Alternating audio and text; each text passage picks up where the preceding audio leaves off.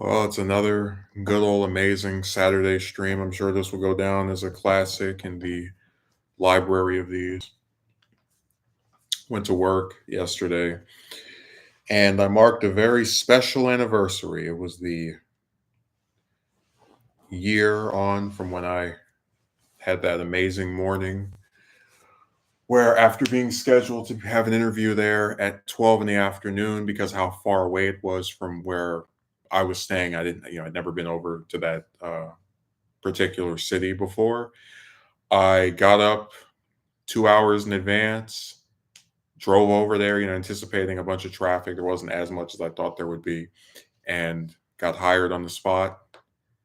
Still couldn't believe that it was so, and went to another interview where I met with an employee who told me that they were having, I think, 100 people apply for the positions within their restaurant, which drove me absolutely bonkers. It's like, what I even like directly said to her, I might as well just give up because you're not going to convince me I'm going to beat out 100 people. Um, but yeah, I marked the anniversary. I looked a few days in advance to see that the manager that hired me would be there today, and or yesterday rather. And I went up to him. I had my card that I got from I think Ralph's, and I put in a little envelope with his name on the title, name on the top, and then he moved over to somewhere else and read through it and said he ended up saying that my note, which was me just thanking him for hiring me and saying, I look forward to working with you some more, and yada yada yada. He said it was sweet and that it made his day, and I was, it felt nice to let people know that you remember basic stuff relating to that, because they might. I always, when you try to look at things from the other person's perspective, they hire people here and there, whatever. It's not, they're not going to like think of it any distinct way. But I certainly remember that 10-month period of having no job and just basically being on this financial sinking ship. Um, and I do find it really sad to know that if this whole, minus this amount each month from the bank hadn't have happened, then I would be in a much better financial state. But I wanted to make sure that he knew I appreciated that gesture of his, and that they didn't have to hire me, and they did, and uh, I have managed to stay there for almost a year now. It'll officially be a year in the, I think it's the 6th or the 7th, and then when we get to that date, or whatever date is next to that, uh, that follows my usual streaming days, I'll do a stream where I just reflect on a whole year of the insanity of that place. So yeah, I came up to him and I made sure that he got his you know dues for doing something that I was benefited by, and then I went to work. The same lousy manager that I mentioned in that video from a few days ago was there, and we mostly stayed out of each other's way, as the way that normally goes, where he just only talks when he wants something, because it's very difficult to just speak to another person. Like, that's very hard. It's tough to just address someone else, you know, with even a hello. That's impossible. You might as well be splitting atoms. But towards the end of the shift, he asked me to do something and tried to like chastise me, or I guess say, "Oh, you're not washing this correct." And this is one of my favorite things about a lot of these like sweatshop type places, where if you take your time and clean something, thoroughly, right? Make sure all the pieces are off of it, all the little bits and stuff is, just make sure all that's off, right? There is a tendency for a manager or some other higher up to go, "Oh, you're moving too slow. We need this done. We need that done." But then if you move quickly and you're like, making sure, just spray it down, whatever, whatever, and then go to the next thing, there is a higher tendency, the whole haste makes waste thing, right? Like, oh well, there's a piece of this on here, and you didn't get this part. So basically, it's either you go fast and increase the likelihood that something won't be washed to the degree that they prefer, or you go slower and wash it thoroughly, and then have them chastise you for, or have one of them, critique you for not doing it quick enough. You just can't win, especially when you got a guy like that.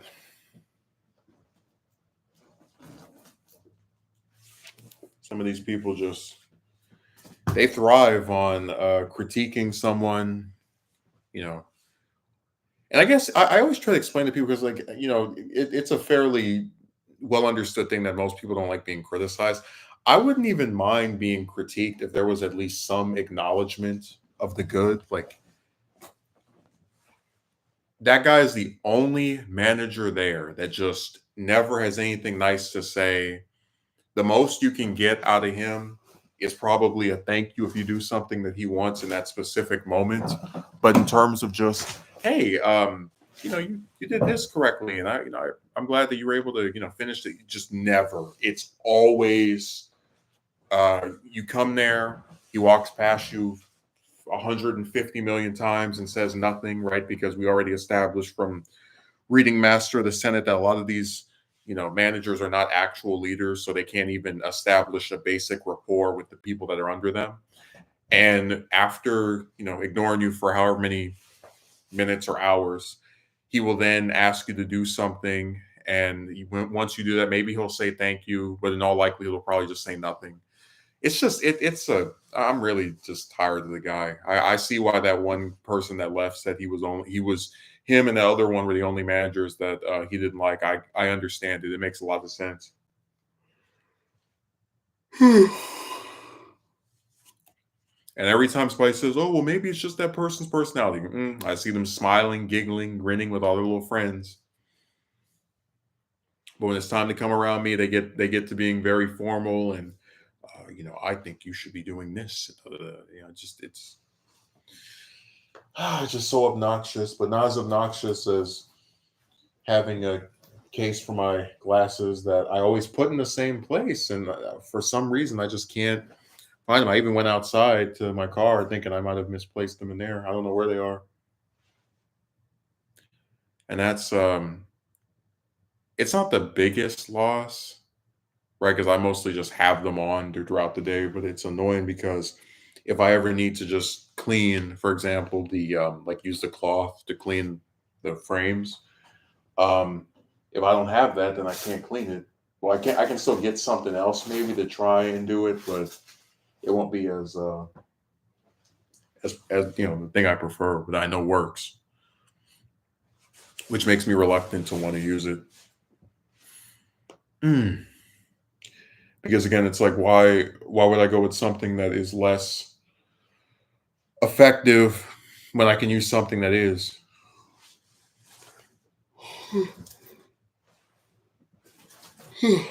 Mm.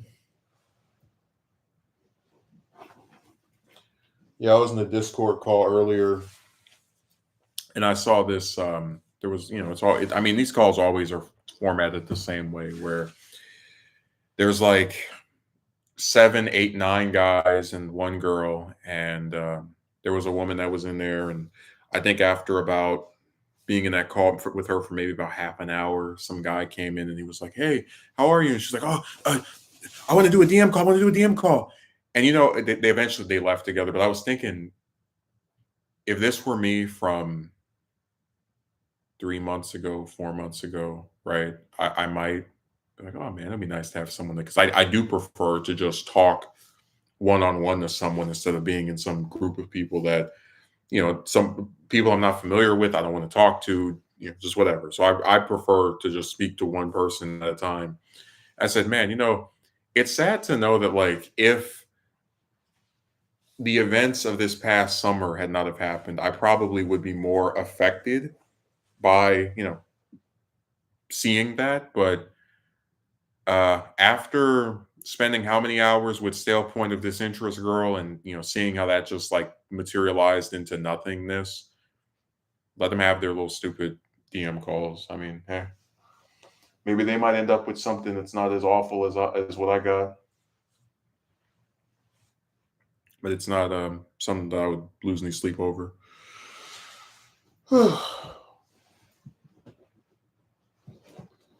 It's the worst thing in the world when I lose something that I always put in the same spot.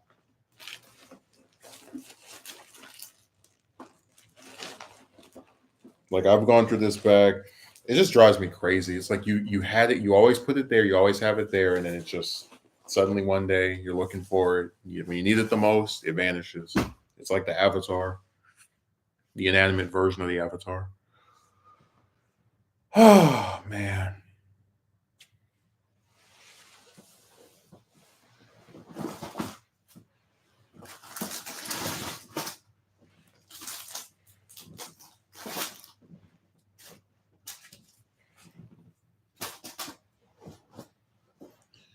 No, I just wish people were uh,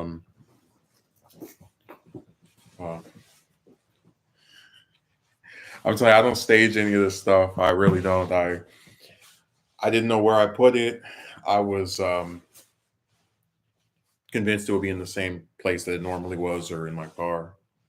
So I'm not doing any of this for theatrics. There's plenty of other stuff we can get into, and depending on who shows up, we will get into. But I found it. I was about to say, oh damn! Don't tell me it doesn't have the actual thing I was looking for. It does.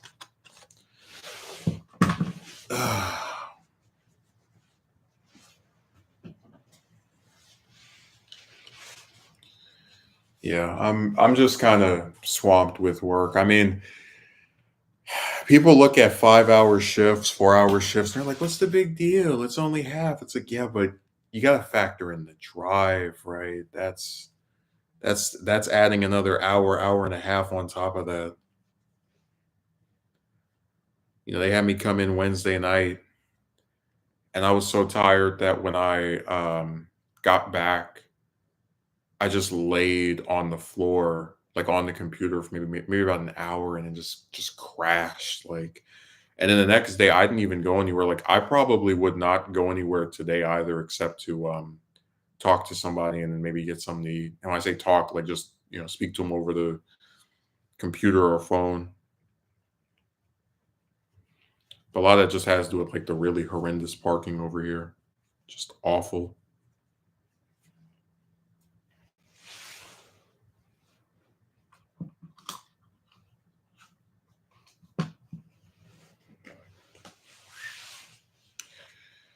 Oh man.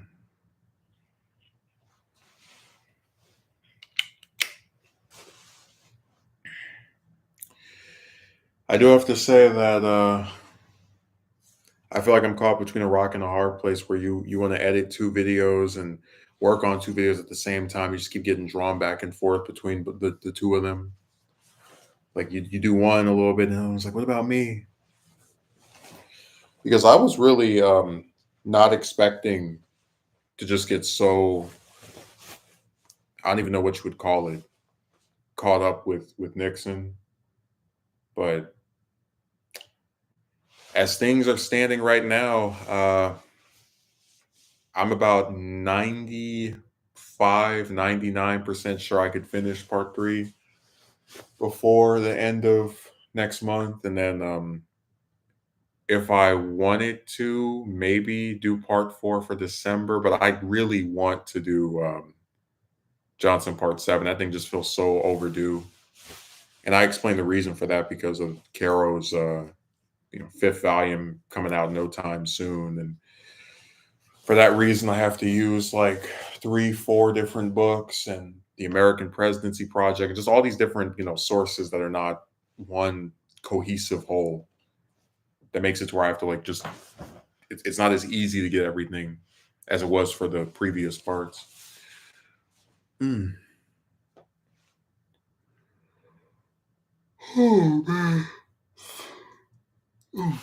Mm. But no, I'm hoping that I can do some more work on the script today, and then Probably a little bit more tomorrow before I go to work because they love giving me those Sunday shifts.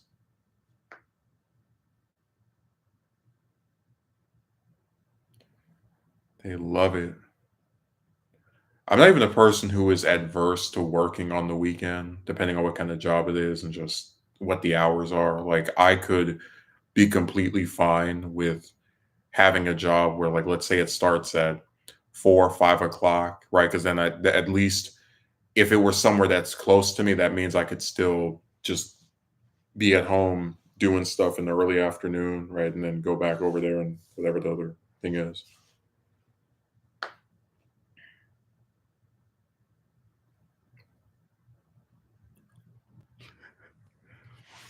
But with these people, they want you to come in at 3:30 on a Sunday, and then that means I have to leave at 1 o'clock or 1:30 to make sure I avoid all the pitfalls of traffic. Even though I think most likely it wouldn't be that much traffic, but I still just don't want to risk it. You never can tell. It's amazing how much a trip can just go by so quickly if there aren't a million cars in front of you. Like, to get from where I am to my job without traffic, if traffic were just completely eradicated and it's a few people on the street, would probably take about 30 something minutes. But if there's traffic involved, it could range from 40 to an hour and a half to I mean it's insane. It is just bonkers.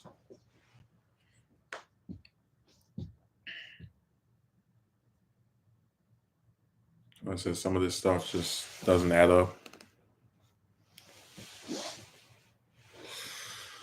Oh man.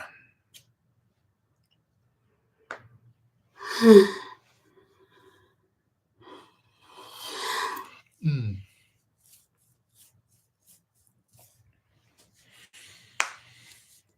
Oh, these scripts, and I'm really kicking myself over the fact that I've only fully out of so 4 books I have right to for this thing. I've only read through one of them all the way. The other ones I just kind of bits and pieces of it, which is frustrating because the way I am is I tend to get hyper focused on one book. So like I'll read one by itself for it could be a few days, a few weeks, and then once I finish that one, just go to another one. Like I don't like to read more than one at a time because I start to get kind of it's that same thing of just it over what's the way of putting it?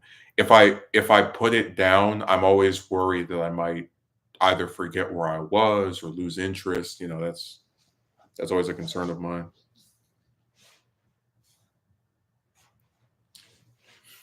It's always something that has me shaking my boots.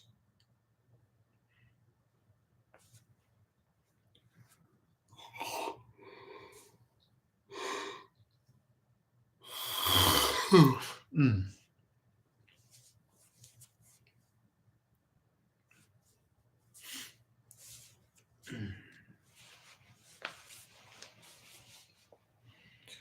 No, I'm just still in shock that it's really been almost a whole year. Like man,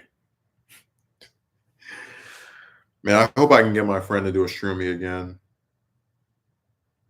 Unfortunately, you can't really schedule stuff with him because he's just so scattershot with availability. But I wish I could just have recorded in time how we reacted to just me getting hired somewhere. Just the whole like belief of, oh yeah, you're working there, yeah, and you'll be there for like maybe a few weeks or a month, and then they'll find something stupid to get rid of you over. Like, I was thoroughly convinced, okay, this is just what jobs do. You work there for a few days or a few weeks, and they find something that they don't like your that you're they think you're not doing as good as they would prefer, whatever, and then they murder you over it. They throw you in the trash. They don't they feign a desire to see you improve or to give you a chance to improve, but it's not real. It's all just an illusion. Let's see what's here. There it is. Yeah, I was like, I know nobody's sending me a message at 3 a.m.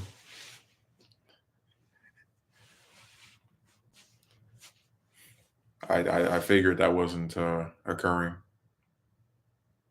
Crazily enough, I have people who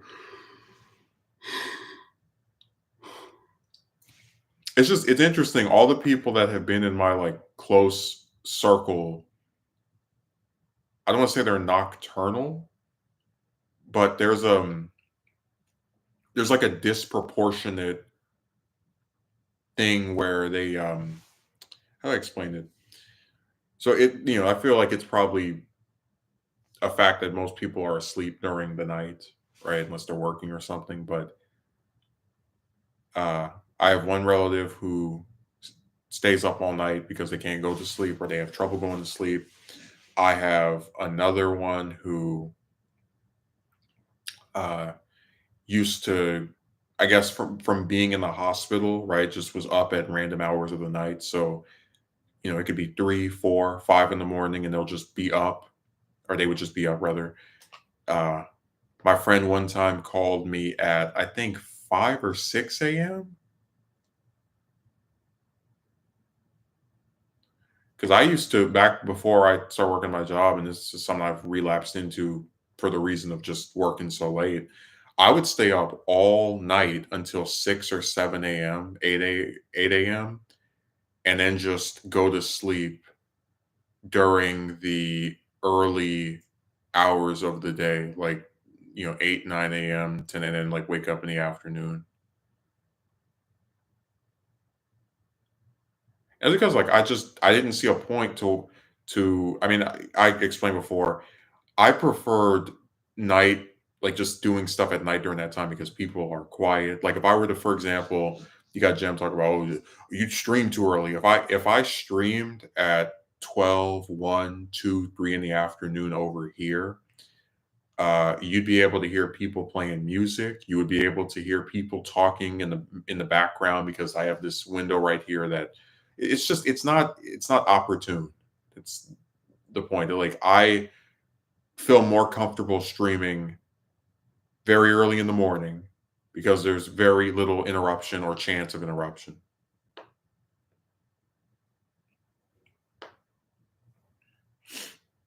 And it's something that people who don't make content don't seem to understand.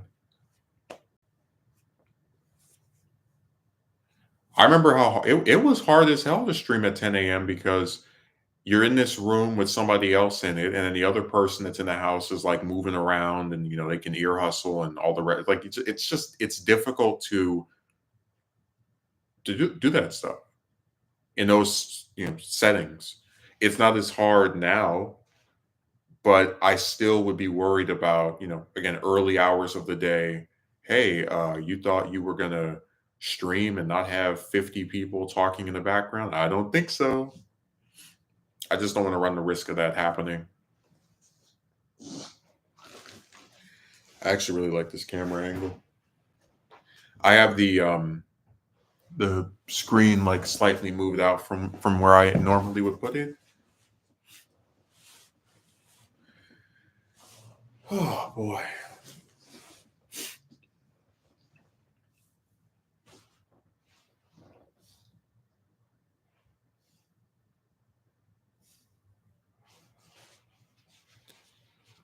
It's nice to get something of a full shot.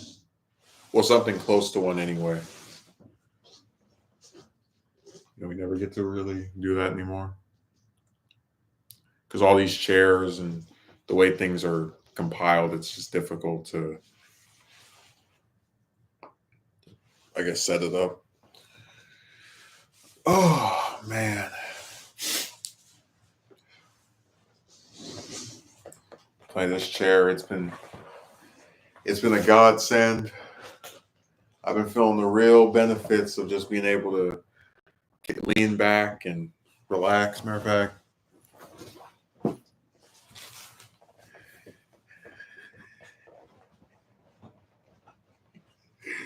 oh man, every stream was like this, just in the back of the chair.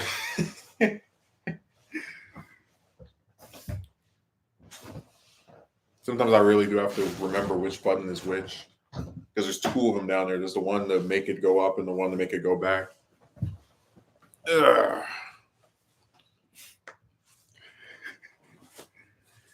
Best chair ever.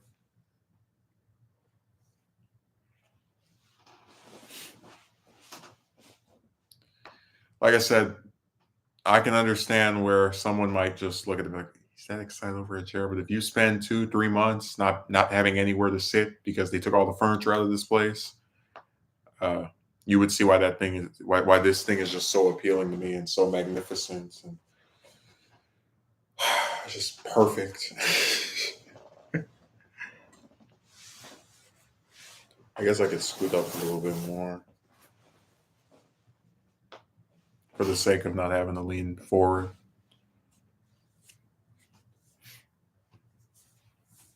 No, today's going to be a headache because I had I don't want to say car issues. Like the car was running fine in the sense that it performs all the stuff. There's no tire crap for the you know third time in the last 3 months, but I was I thought it was kind of sluggish, so I'm gonna try to see if I get an oil change tomorrow, and then I guess after that we'll see if that was the issue, and if not, then I'll go to one of those diagnostic guys. But I should be able to make it to work on Sunday, hopefully, hoping and praying.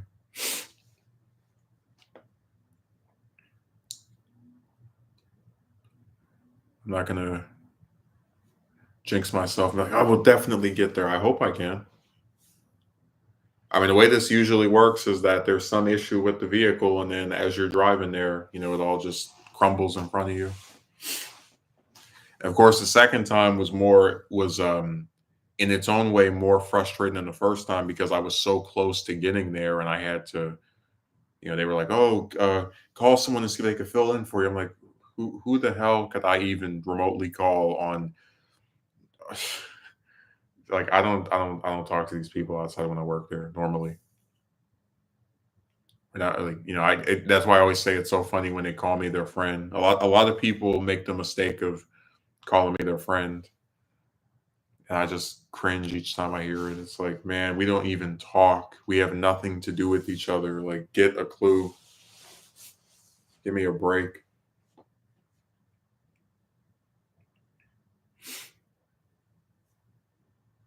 We're friends. I remember one of the girls at my job called me that, and I was just rolling my eyes. Like, we have nothing. Like, the only time you try to reach out to me is if you want to switch shifts with me. That's the only time we speak or interact at all. It's usually one or two messages, and then you stop responding. Like, get out of here. There are people on Twitter who were more my friend than her. At least if you message them enough, they'll respond more than once a month or whatever the hell. I have been enacting my new social media policy where for a lot of these sites, because I mentioned I was like pissed off over just, you know, being on these sites, talking to people, nothing good comes out of it, or that nothing, fulfilling comes out of it. So now the new trend has been that when they are posting things to talk to me, like when they write stuff on something I made or something I posted, I just don't say anything. I just, like you post a picture on, like, let's say Instagram, or you post a tweet on Twitter, or uh, what's another example? Just if you post stuff somewhere and people respond with, like, they write a comment on it, just don't reply, say nothing. I've been doing that for the last few weeks. I said, look, I understand what my role is. I know that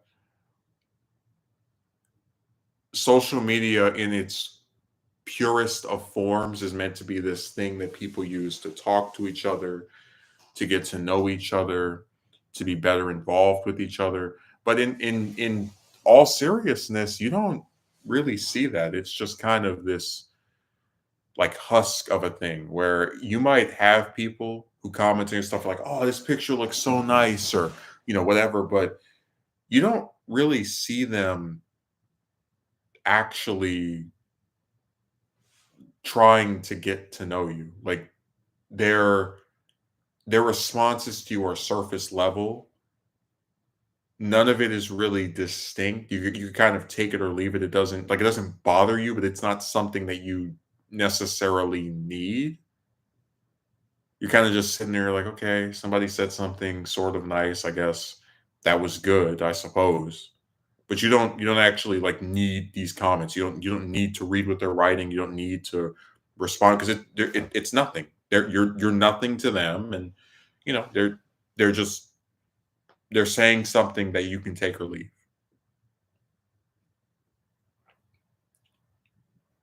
I had somebody comment on something. I think it was like a drawing or whatever about a week ago. Didn't respond. There was a guy who left a comment a few days ago, or I think it might even been well, if not the day before yesterday, maybe like 3 days ago. And every time they write this stuff, I just don't respond.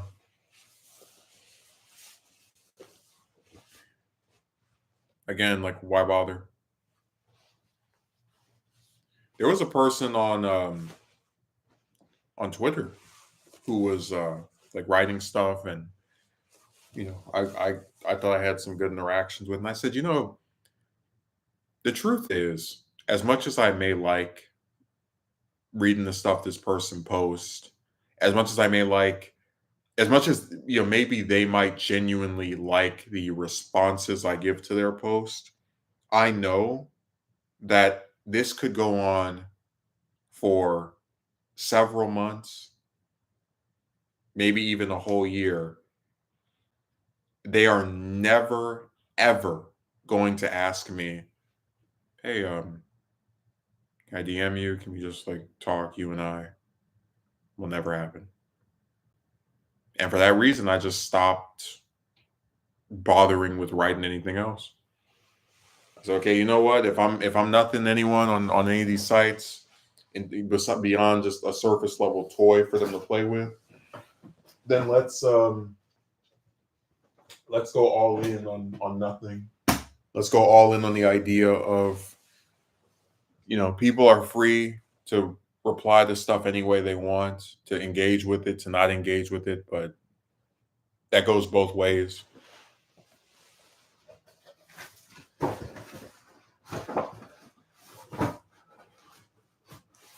Just like people were talking about all these stupid dating sites, and it's like, again, people, if they want to go on there, they're free to do it. But if I say this is stupid, I'm not going to waste my time. There really should not be any pushback. It doesn't obstruct them from doing it. Mm.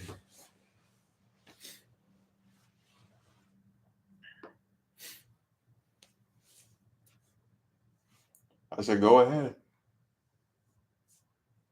You will see no complaints from me.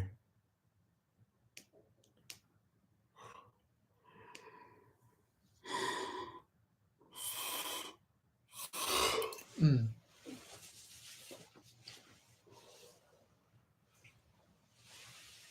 See what time it is. What time? Trying to charge this thing. Sometimes the batteries on these devices they charge really quickly, or they charge after an hour or however long.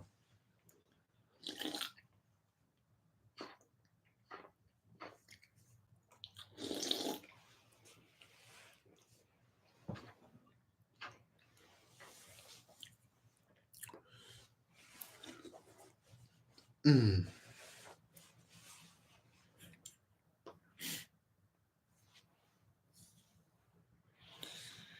Oh man.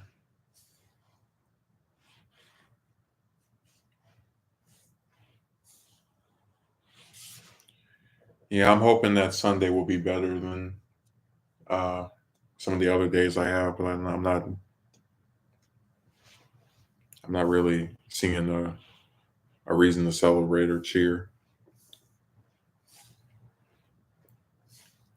But no, I've been thinking about doing another video on this whole, because I think it's an interesting pathology to just be like, oh yeah, well, I could theoretically get or rather have a partner, but what's the point if I don't get what I want? I just don't know what to call a video like that.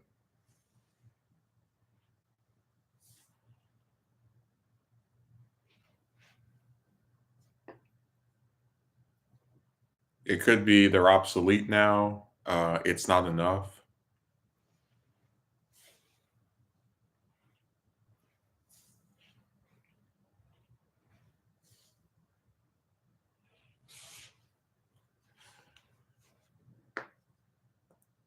The whole thing I just find really peculiar where people they've really convinced themselves that just being with one of them is something that is so desirable and oh man, how could I live without him? But it's we've already gone over it. I can't be satisfied with that. My job there was this girl that was I guess I was trading banter back with throughout the day. I hadn't seen her in a while. I guess she was sick or she was some of the people when they go back to school, they aren't around as much.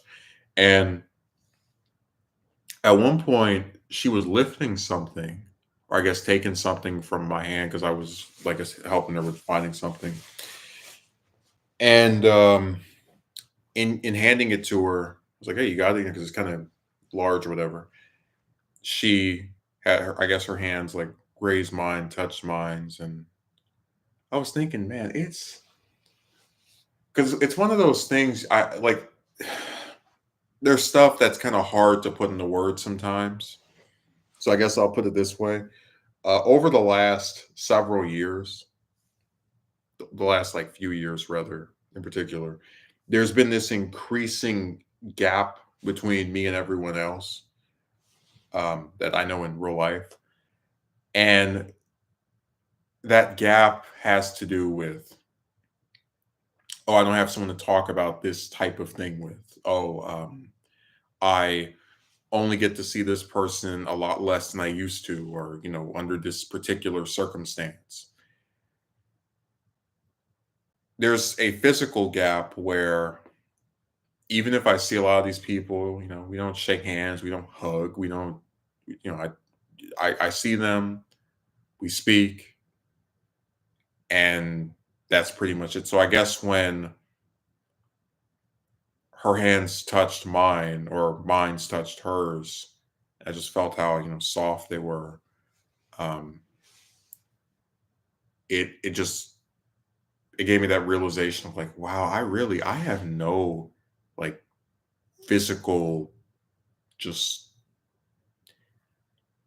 I hate to use the word intimacy, but just like that, even something as common as just you see someone you haven't seen in a long time, you extend your hand to them, put your hand behind their back, hey, how are you doing? That kind of thing. I'm just so not used to having that at this point. Of course, in the past, I had people who you see them, you hug them, you whatever.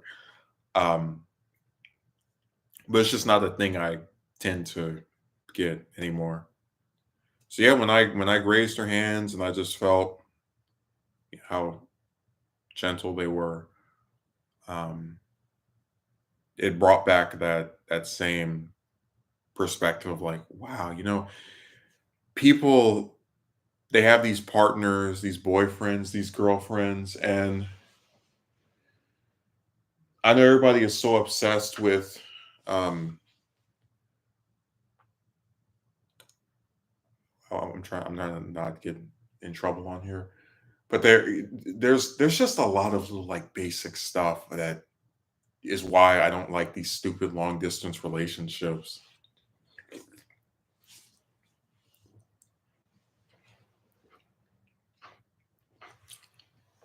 And one of them is the, lack of touch, the lack of being able to just hold the person's hand, hug. Um, if you're actually, dating someone, then I guess kissing as well. But just the that's the idea that there's nothing there. It's all just hollow talk over the computer. Oh, this woman says that she likes me romantically. Okay. Can you do anything with her? No, she lives in Canada.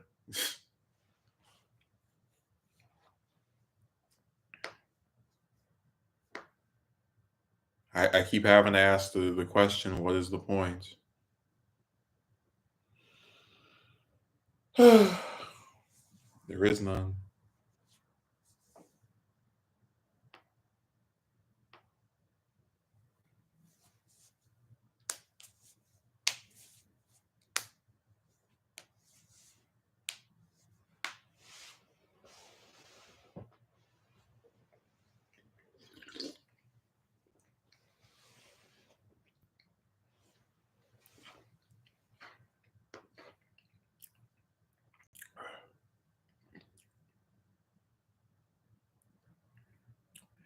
It's really a shame that everything gets kind of just caricatured into no nuance, right? If a man comes on here and talks about his frustrations with women, um, you get accused of liking other men because that makes sense. Uh,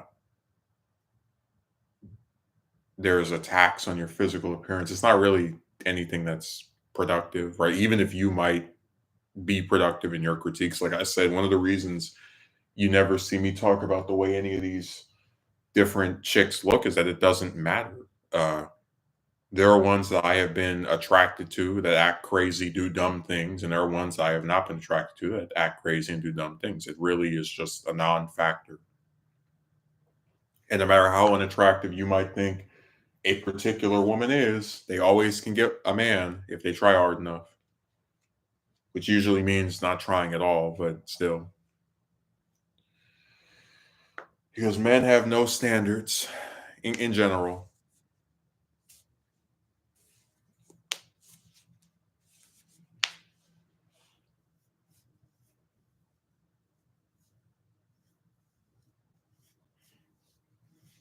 Oh, this is the first. Is it? I don't. I'm trying to think. It's crazy how 2020 just seems like a lifetime ago. But maybe I did, maybe I didn't. But I know this time around I cast the mail-in vote because I had one other person who is elderly and they're not really, they're not feeling well, so they don't want to just go to a polling place on election day. So I was when I was with them, they had me fill out their ballot form and then return both of ours. So they were like, "Oh, I want that person," and I would click a little thing and then sign both of them.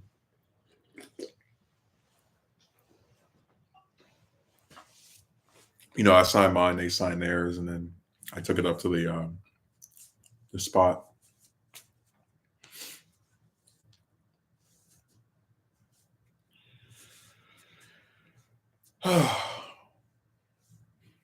It's going to be a really crazy couple of weeks. Like I still have no idea who's going to pull out a victory in this thing.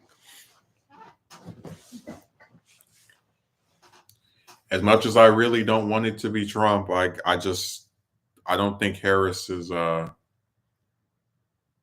times doing enough to get me comfortable with it. It's too close to call. Maybe the night before election day, I'll put up some prediction video where I just go through all the different states and say which one I think will be won by this side or that side. Which I've never done one of those before. I just will say in general I think this person will win.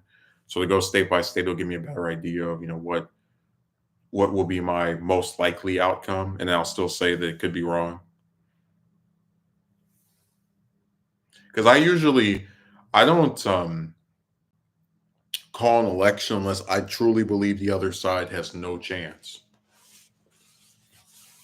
Like that Arizona race with Lake and Gallego, Lake has no chance. Out fundraised, out polled. The lady is on her last legs.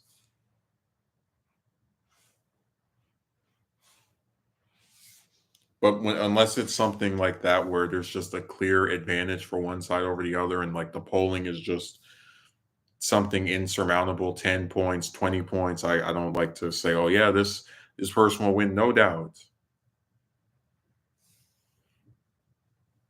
Because a lot of times I really just don't know. Polls, yeah, they tell a little bit of the story, but they can still be made up if enough time is allowed, if you have months to campaign or whatever.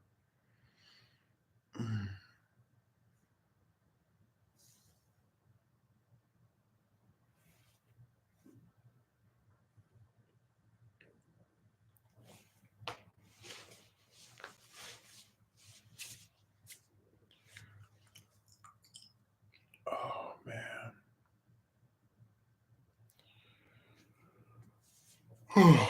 I love the phenomenon where when I'm just sitting here, I don't really feel that hungry, and then if I start streaming, there's a tendency to feel the rumbling of a stomach. It's even worse because I didn't.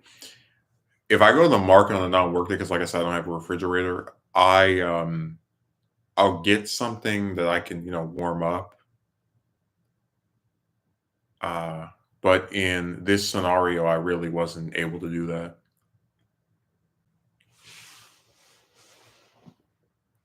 which is lame because I really would like some of those sausages.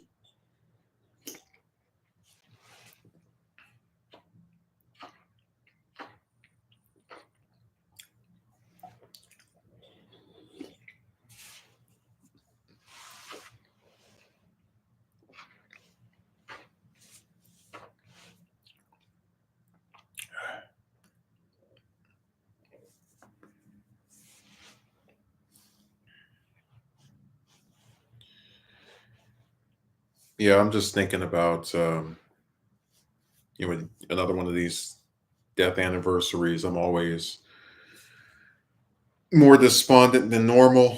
Um, I wasn't as much yesterday because there were so many other things on my mind, and also like when I go into the job, I try to make my little gags or whatever and not be so miserable. But I said, man, you go from one death anniversary to another one within a month of each other, and then it's someone's birthday in 2 weeks, and I it's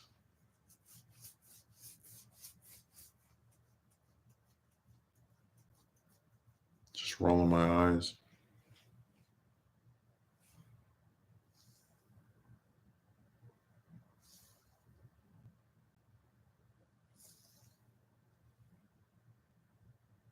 For me, it all just gets to be too much.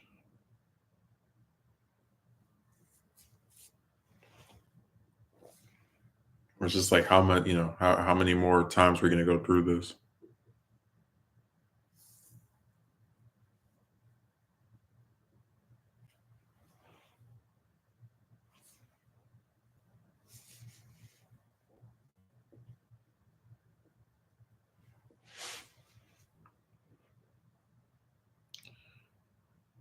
Oh man.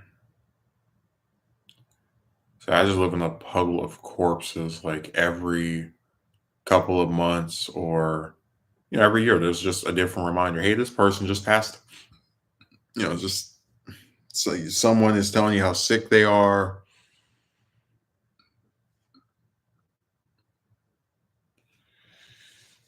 And every time they feel a little bit worse than usual, you have to prepare yourself because you've seen how quickly someone can go from just being here and talking and doing their usual routine to closing their eyes and never waking up.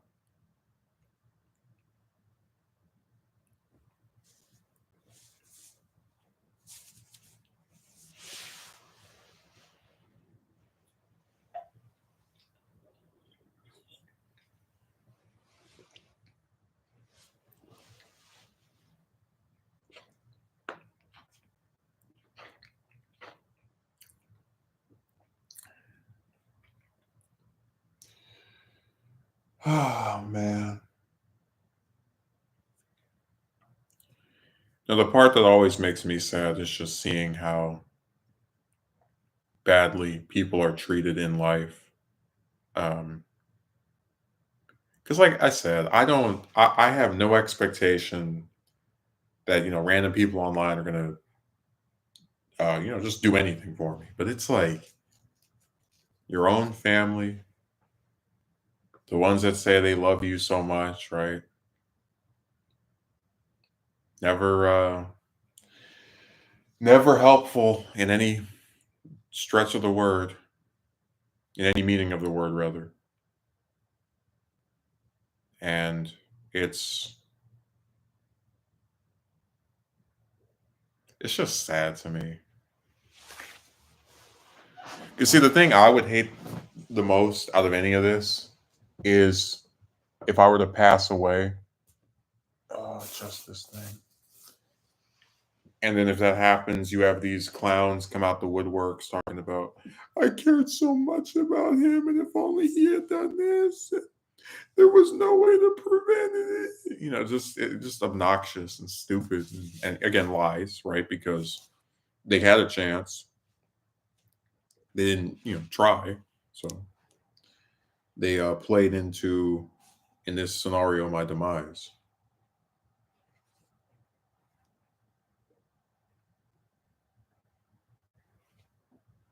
It's just sad, man. People are so pathetic.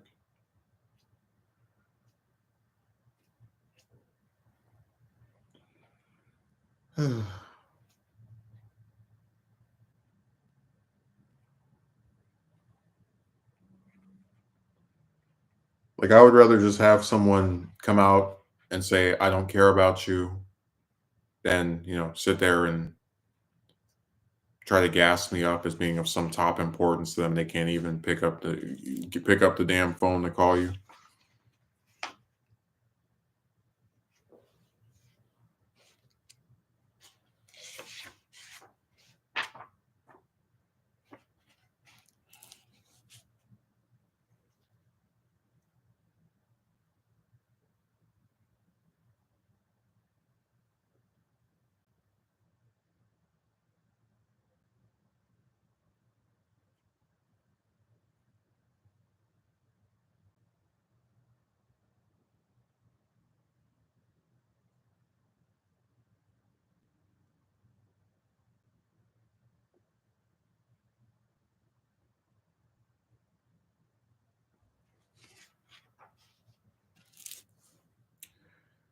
Yeah, just thinking about parents and all these people that just have children, it makes me sad.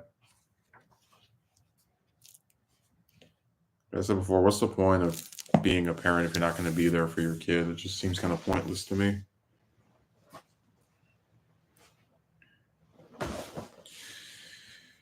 Knowing that these people will always have excuses for why they can't do more, it's just, I don't know. Again, maybe it's just my personality, but I don't like seeing things stay one way and just, like, because they always say, oh, I want this, I want that. Then they don't even do anything to try and get it. So it's like, how much do they actually want it? I feel like the sun is coming up, and that wouldn't make any sense. It's only 4 a.m. It's probably those lights outside making the sky look a little bit less dark, I suppose.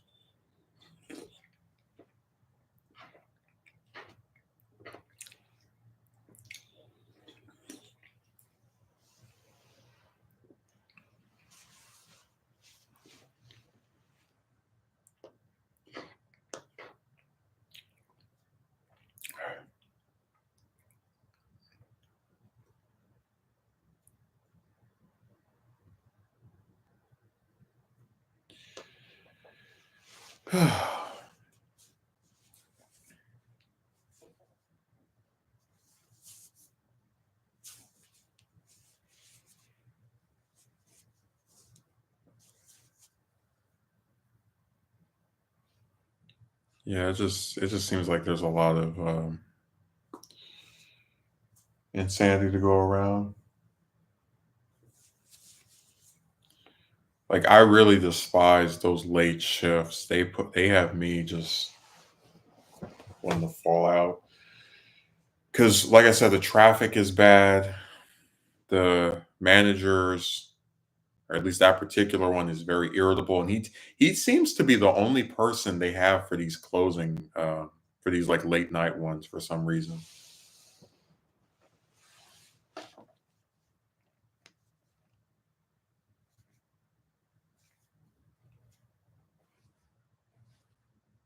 It's really annoying.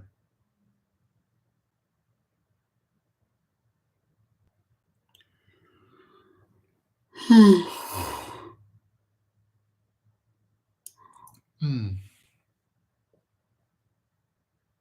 Man, imagine having somebody clock in at 8 p.m. because you want to pay them more money.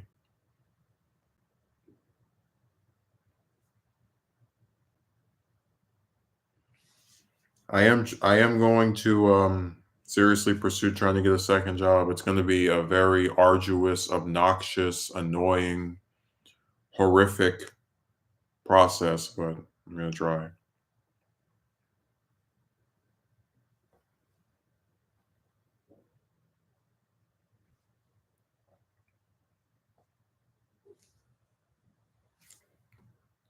Very difficult.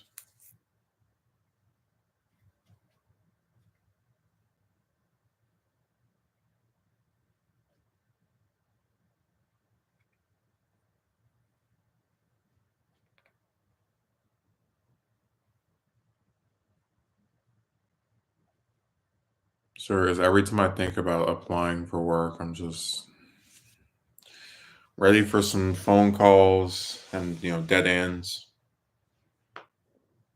I went to this one interview with this place some months back, and they were like, we don't want to have to conflict with your other job. And it's just like, dude, get out of my face. Like, I can absolutely bet my house that if I were trying to get a full time position with any of these bastards, they wouldn't give it to me.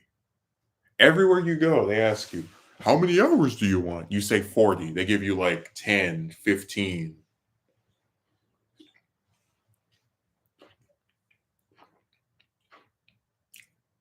And then when the people that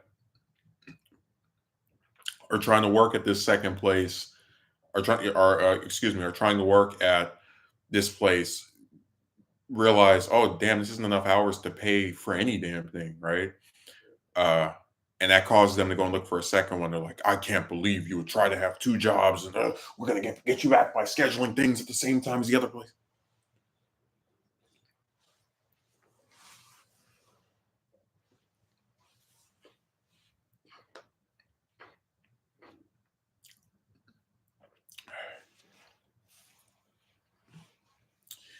So it's gonna be real fun to watch this saga play out again. How many hours do you want? How many? We're gonna pretend that we might give you 40, but it'll actually be less than half of that.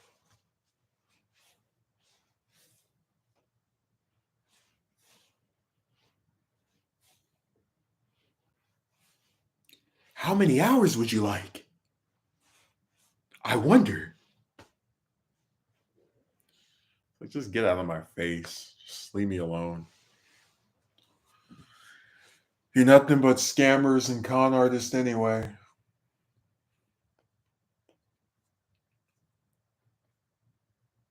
That's what's so obnoxious. They really want you to believe if you just tell them how many hours you would like, they might give you more.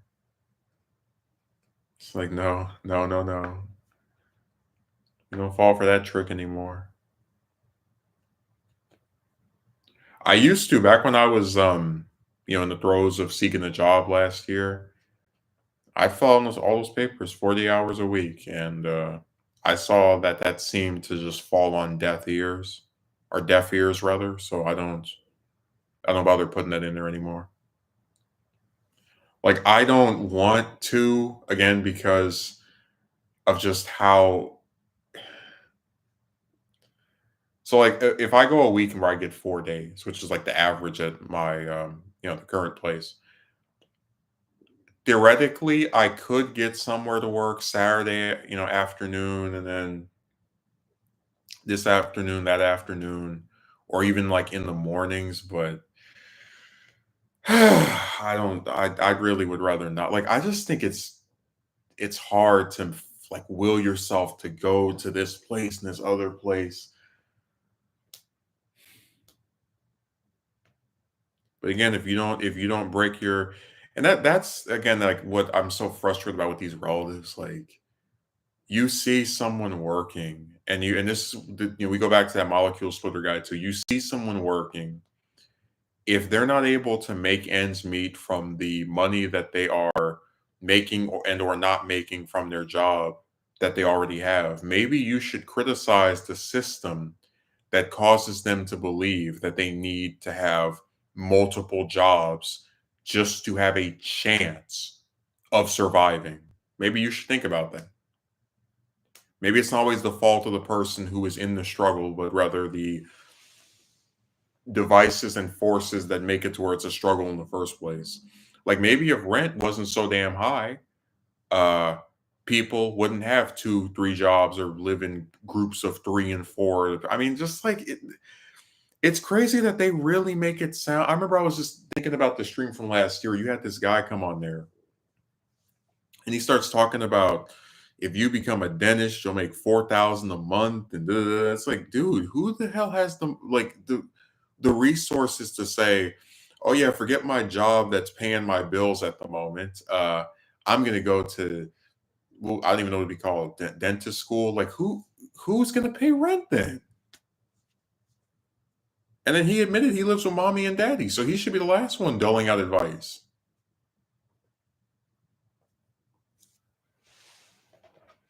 Like I said, just delusional, man. Everybody's got the magic answer.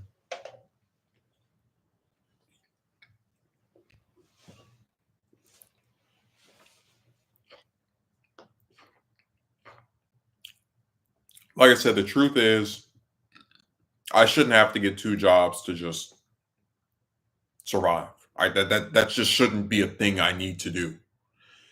But because my current job is not giving enough hours to where the wage increase makes a significant difference, and in some cases can be outright antagonistic to my best interest by cutting my hours. Like, they're giving me 2 days next week and then four after that.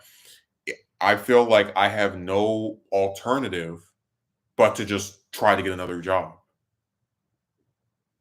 on top of this one, if not, another one altogether, which I would rather try to have two instead of, you know, I already said before why I prefer two over trying to work one place 40 hours, which I don't believe they'll get, because I don't believe they'll actually give me 40 hours.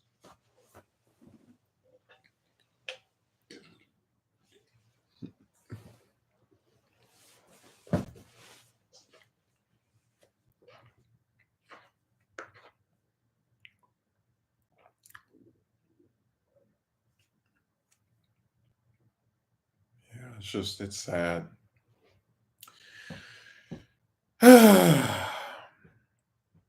The joys of the US economy.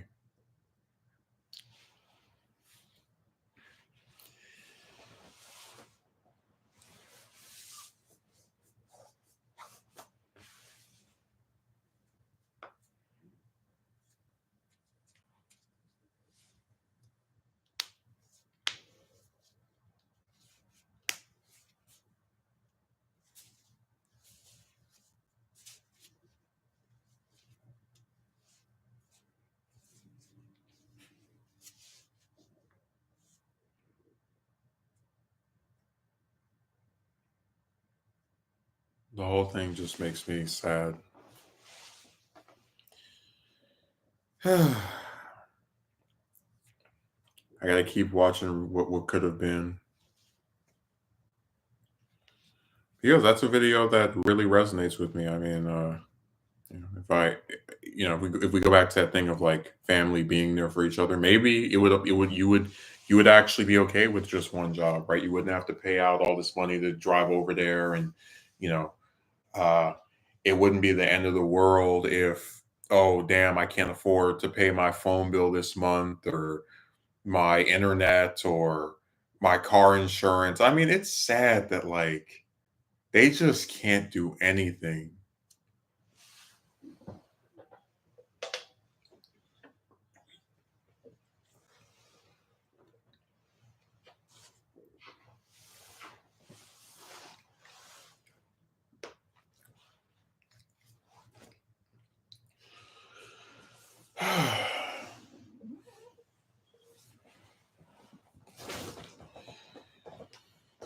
Like I said, so much of this stuff is just so backwards. I'd never seen a job before this one where they have you come in there and they say to you, you will be here for 4 hours, 5 hours, 6 hours, whatever. And then midway through the shift or about the close to time when you're leaving, hey, can you stay longer? And then after you agree to do this, they punish you by deleting you from the schedule for another day or two. Like it's insane.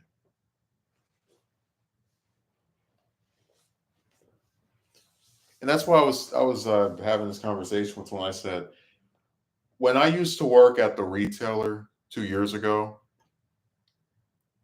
the way it worked was that you would get your schedule and it would be like it would say, "Oh, here's your name," and then Monday through Friday, and then you would see what your hours were for those particular days.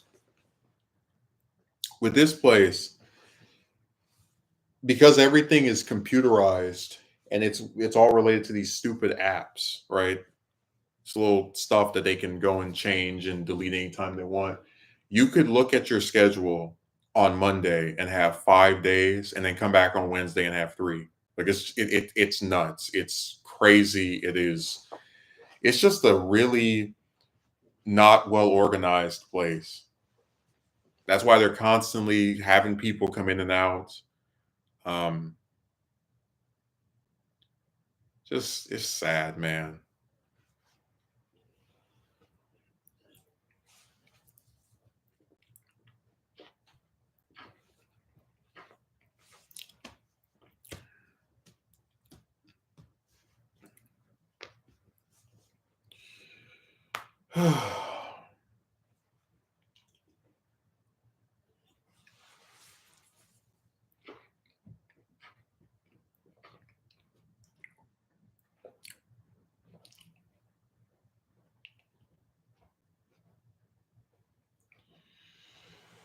I just keep thinking about the two job thing. Like I'm just picturing these different interviews and going into them and seeing places that try to pretend that, oh, if only you would just work for us full time. It's like you guys don't want anyone full time. You don't want anyone full time because then you have to pay them overtime if they go past 40 hours. And that is like getting cancer for you people.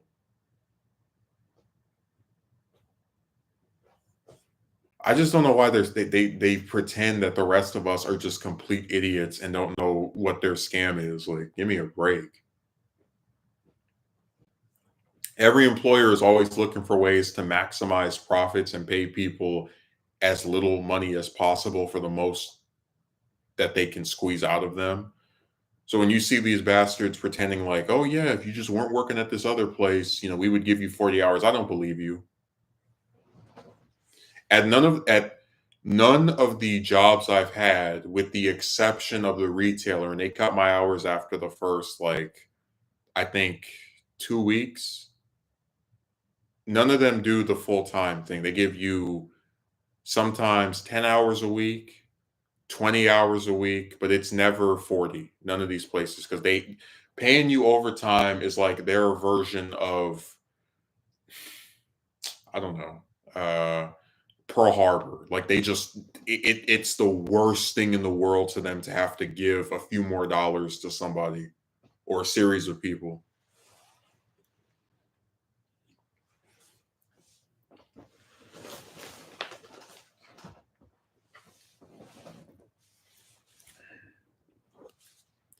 So yeah, if I apply for another job somewhere, because I really don't want to do Uber. Like I would hate to do that. But if I apply for another job somewhere, it'll probably have to be something that like openly says we're flexible, right? Like that is aware you're not getting, you guys are not going to hire anybody full time. The people working for you don't want to be full time. Like kind of like both sides know we're kind of in this game together. And oh, look who showed up! Congrats on holding down the current job for a year. It's not much in the grand scheme of things, but it's progress. Yeah. So if you saw the title, I didn't put yo-yos like for fun, just as a joke. I put it there because that's what people act like. Now, when I did, I never got around to making the what was it?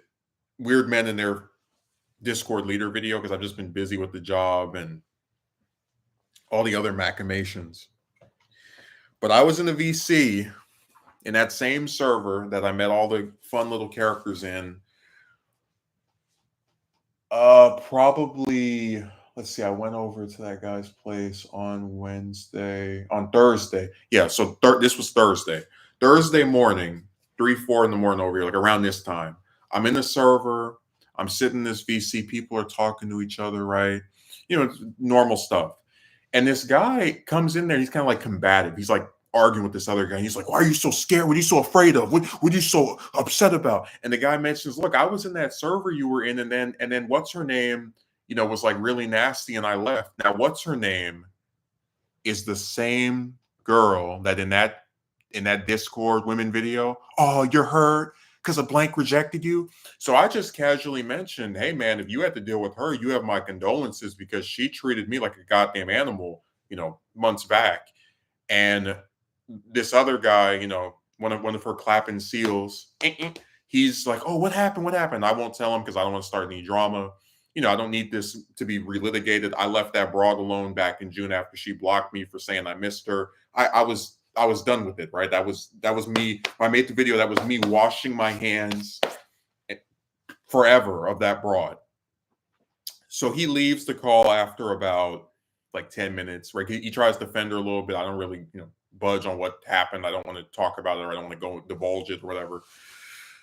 And about probably, so again, that was like around 1 o'clock, maybe like 2 hours later, 3 hours later, the same guy that was defending her comes back and he's like calling my name almost like he's a hapless child. He's like, "Justin, Justin, Justin." And I don't say anything because it's kind of like weirding me out a little bit. Like, why are you, so insistent on calling me? Like, you see all these other people in the call. Why am I the one you're singling out in this way? He's like, "Oh man, I found some stuff out on this guy. I want to say it, but I don't want to embarrass him." And then someone else, another guy this guy I haven't seen before, comes in a call and he's like, "Hey, I read the messages. You sound like an N-word." And then right after he says that, like a damn what's a phrase to use? Almost like just a phantom, this girl appears in that call, and I instantly hit disconnect. I'm like, no, no, no. Mm-mm. I just, the second she joined that call, I clicked disconnect. I was like, hold on, let me pull it up because I was sending the screenshots to someone else.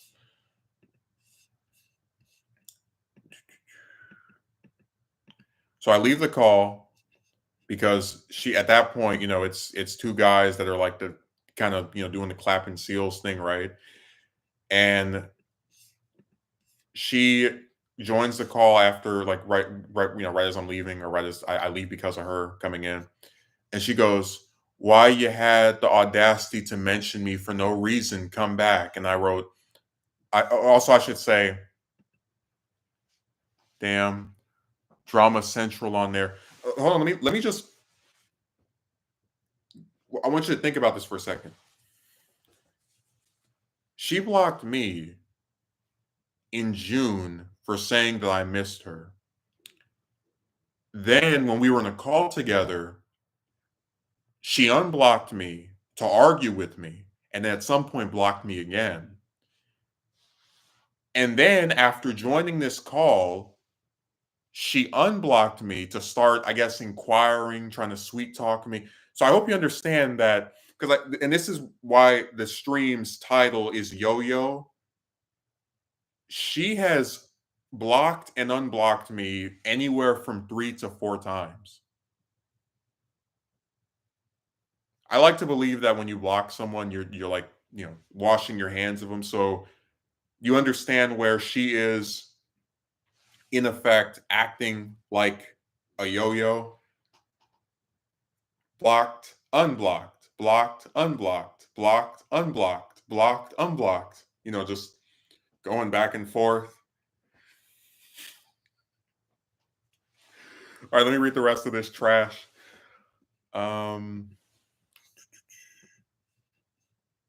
This didn't go on for that long, so it won't be too much. Crap. Open in browser. Oh, Discord improved itself. It made it to where it doesn't. It used to open in like another browser. They are having too much fun with that button. Let me read it. Okay. She writes, what do you had the audacity to mention me for no reason? Come back. I said, I thought you didn't want to speak to me anymore. I am honoring your wishes. She goes, no, come back since you had so much to say about me. And I wrote, I spoke to that guy for like a minute and didn't even directly say what happened. Someone else mentioned not liking you first. That's it. She goes, no, come back because you know you're wrong. I said, why would I come back? There is nothing I can say in a call with you and your sidekicks that I cannot type to you. Be a man and say what you said with your chest because you know what you did was wrong. And I wrote, I literally tried to talk this out with you months ago before you blocked me. Not much else I can do. She goes, because you kept lying to people. And then what did I write after that? And I go, besides, I can't join a call with, and then in that server, they have like a certain limit on how many people are. And she's like, and you was convinced that you was in the right. Don't worry, I'll free it up for you. Join. And I wrote, I have left you alone since you exploded on me in June. You don't like me, but then want me to join a VC with you. She goes, you didn't leave me alone if you mentioned me. I'm not kidding. When she wrote that, I didn't even know how to respond. Let me read that again. I have left you alone since you exploded on me in June. You don't like me, but then want me to join a VC with you. You didn't leave me alone if you mentioned me.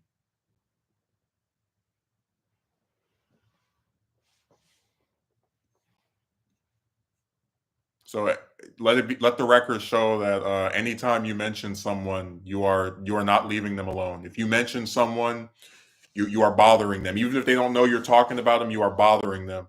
If I sneeze right now, it's because someone mentioned me in some format somewhere. I don't know. If I join this call, all that's going to happen is that you'll either talk over me or not acknowledge anything you did wrong while your buddies / sidekicks giggle before blocking me again. I just don't see the point. And then she wrote, no, I won't. We will talk this out like adults. And at that point, I stopped responding. So I hope you can, because you listen, this isn't something I described. You heard it in that video. Oh, you're hurt because of Blake rejected you.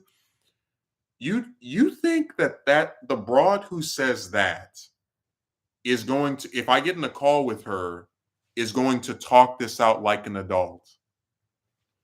The broad who blocked me and unblocked me over and over again, that's the one who's going to talk this out like an adult. So guess what? After she wrote that, I didn't respond. I didn't join that call. I went to sleep. It was like 4 or 5 in the morning. I refused. But I said, isn't that interesting how, like I didn't do the video right on the comments that were in that video, but the narrative of these guys is like, you are doing these things that women find to be off-putting. And it's like, I mean, I guess you can claim that, but isn't there something to be said when I didn't have to reach out to her to get her to come and sit? Like, dude, you see how like literally all it took is me vaguely referencing what happened months ago to some guy that I've never met after another guy is like, yeah, there's something wrong with that broad. all it takes is that little minute, 2 minute interaction to get her to manifest in a call with two of her goons because they can never do anything by themselves. They need an entourage, their little sidekicks, as I call them, and to send me all these damn messages. Like, you're what it like it literally is having your cake and eating it too. I'm gonna block you so you can't message me anymore. I'm sick of you. And then months later, oh, he's talking about me. What are you saying? Speak to me more.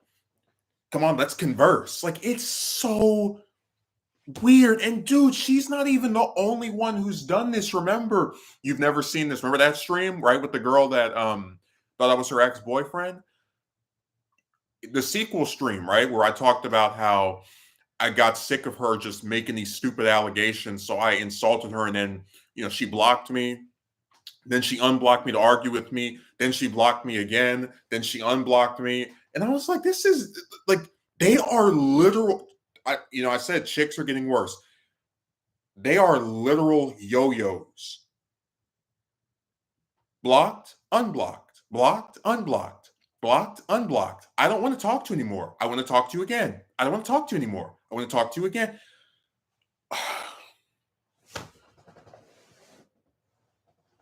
I'm not kidding. Like, I was, of all the things that could have happened after I made that video, I truly thought I was done with her after that, because let me tell you how Discord worked. Maybe, I know you know how it works, but just let me state this.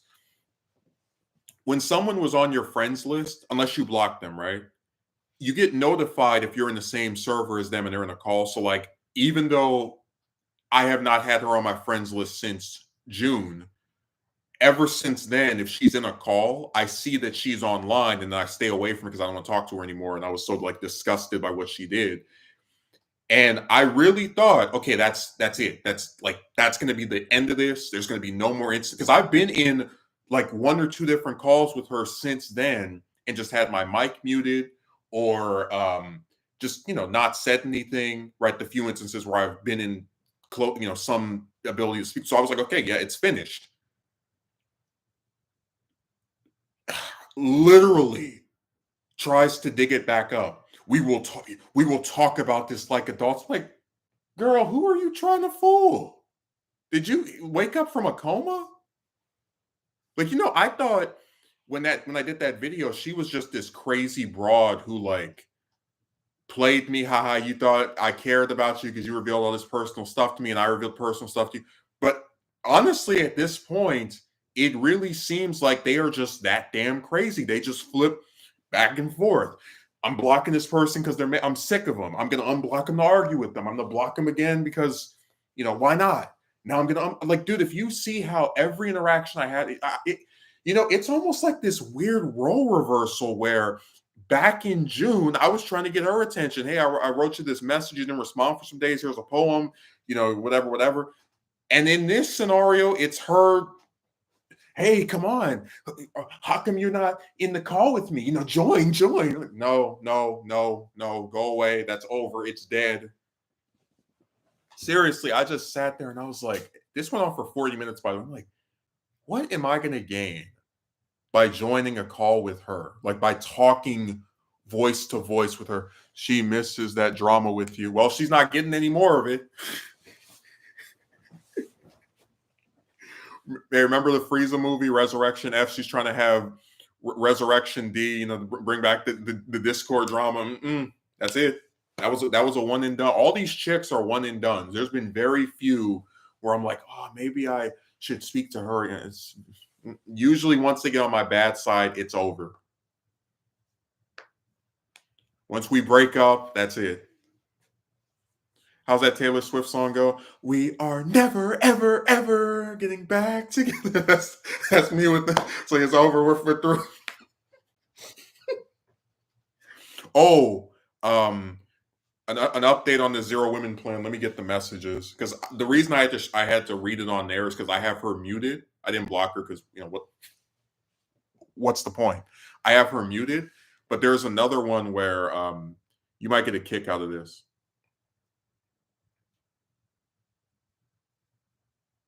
I hope I explained the title to you, by the way, the Yo-Yos. This is them. I don't like you. Blocked. I want to speak to you again. Unblocked. Well, I'm bored with you now. Blocked. You said something about me. I want to talk to you. Unblocked. It's like, no, no, no, we're mm-mm. And by the way, when you said that they are having too much fun with that button, that's true. Because remember, and this is maybe I like skimmed over it, but this just goes along with that same line of thinking. When I got into that argument with her where she clarified why she did what she did, which was in the Discord women video, like, the dude, you do realize we just met, right? That was after she was talking about blocking somebody on Instagram, and I thought she was masking the fact that, like, referencing me but like altering stuff a little bit, right? And that's why, like, I made a comment after she said that in the call. I was like, wow, really, or something to that effect. So yeah, they do, this is what they do. They just block everybody. They just get angry. I know a chick on Twitter that blocked me on Christmas of the year before last year, and and then was like talking to me again months later, and then ended up doing the same thing again.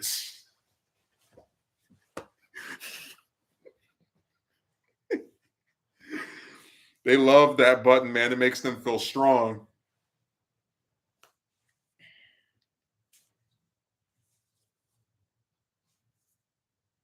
They feel very powerful.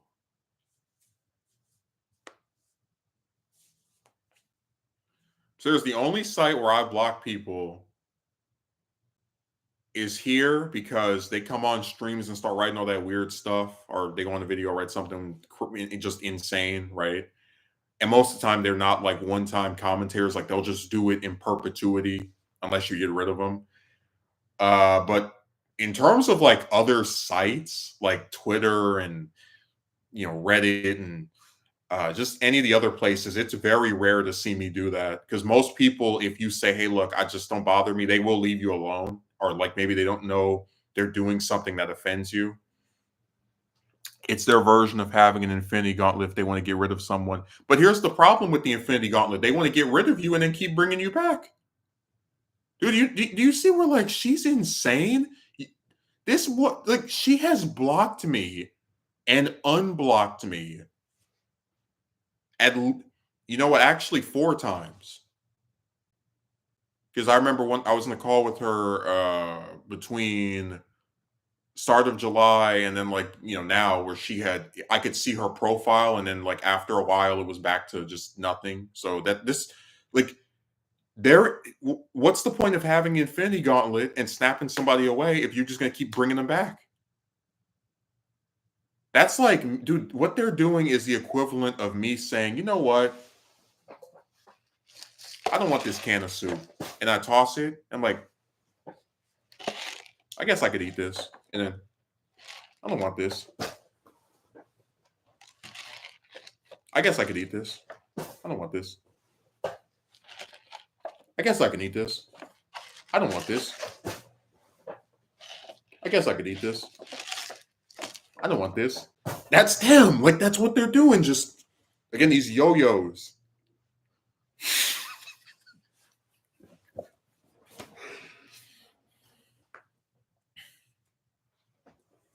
Doesn't matter what the reason may be. They don't even need a reason to block you. Dude, there was I did the waste of time stream.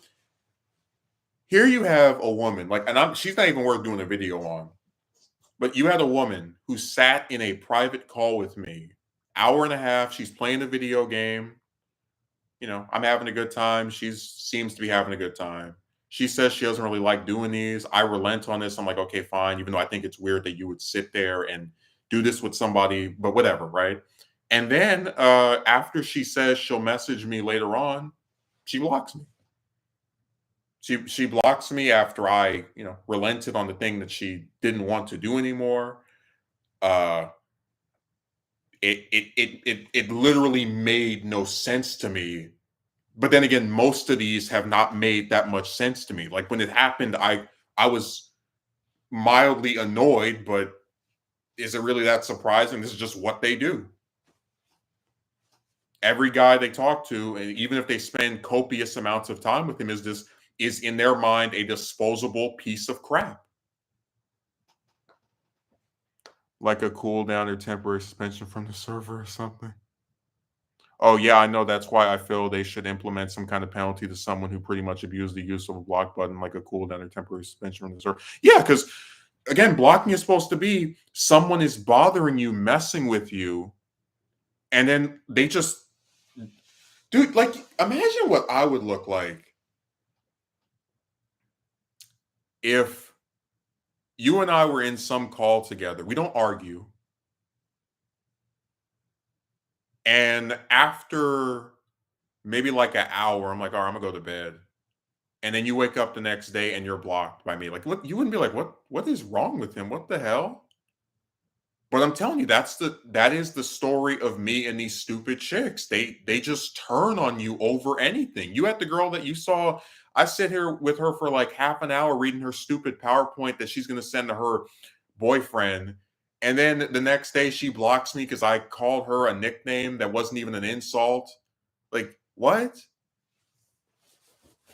You said, yeah, of course, you've always been right about this stuff. I didn't want to be. I don't like being right about it, but they're all doing the same dumb stuff. So it's hard not to be a prognosticator.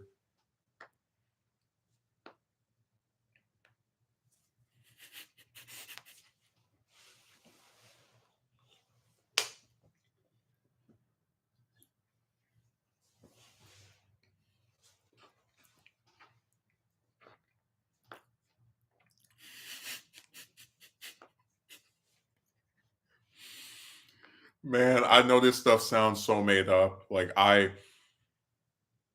not kidding. There's almost been this, what's a good way of putting it?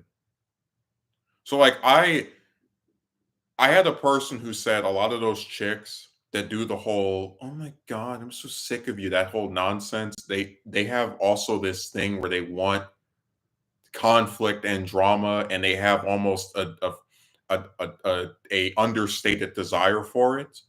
Again, that's why the one that thought I was her ex-boyfriend on the alt or whatever, when she gets the mean message from me, first blocks me, then unblocks me to argue with me, then blocks me again, and then unblocks me because she, even though she pretends that she doesn't, right? Get a life, move on.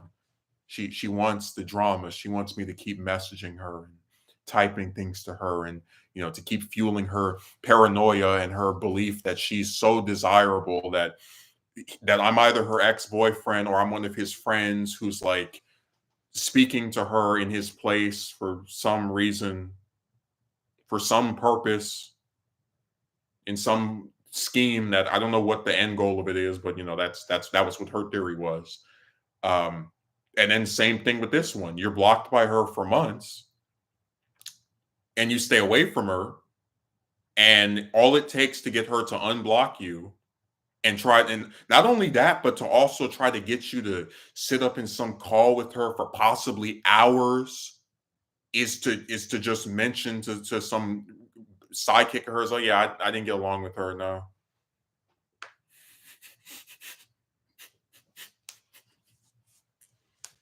Oh, you're hurt because the blank rejected you? That's the one that's gonna talk like an adult if I get in this call with her, yeah.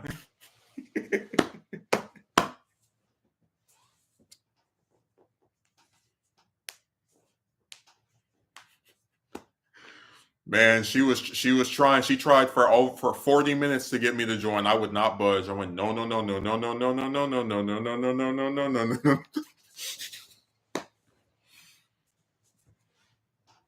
The hell I look like sitting up in a call with somebody that says they don't like me and has me blocked for months. Like, okay, you don't like me, then don't talk to me in a call. It's that simple.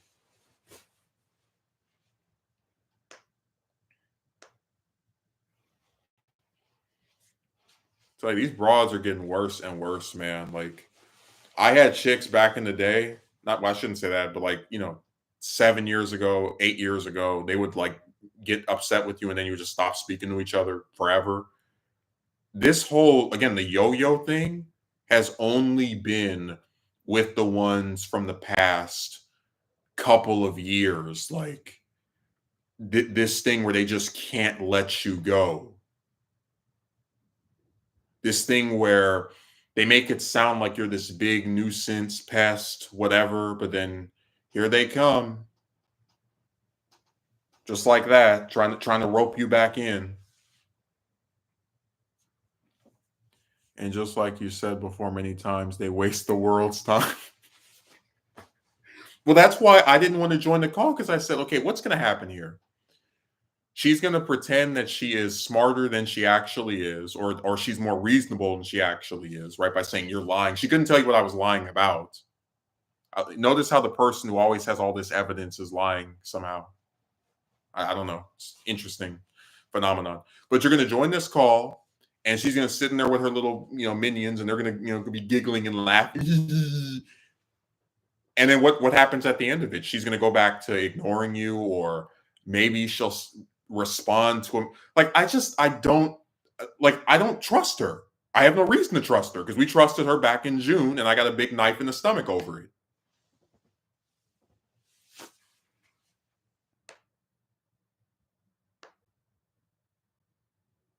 We're going to talk like adults. Yeah.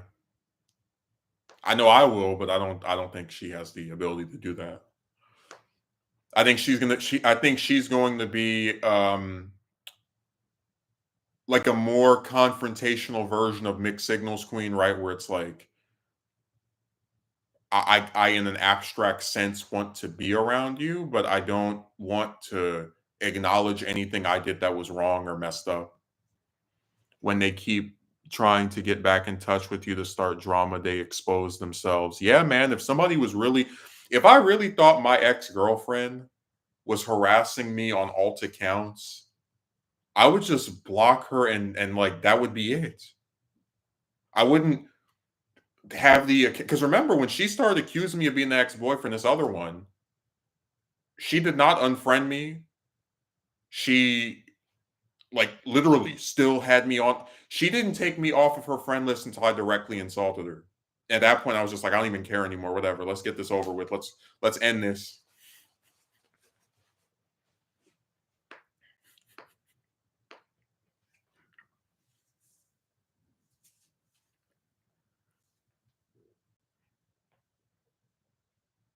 I was gonna make a video. I still don't know what title to give it, but like that the phenomenon where people so like the I word has 15 different definitions, right? Sometimes they call you it if they think you want to be with a woman, but you are incapable of getting anyone to reciprocate.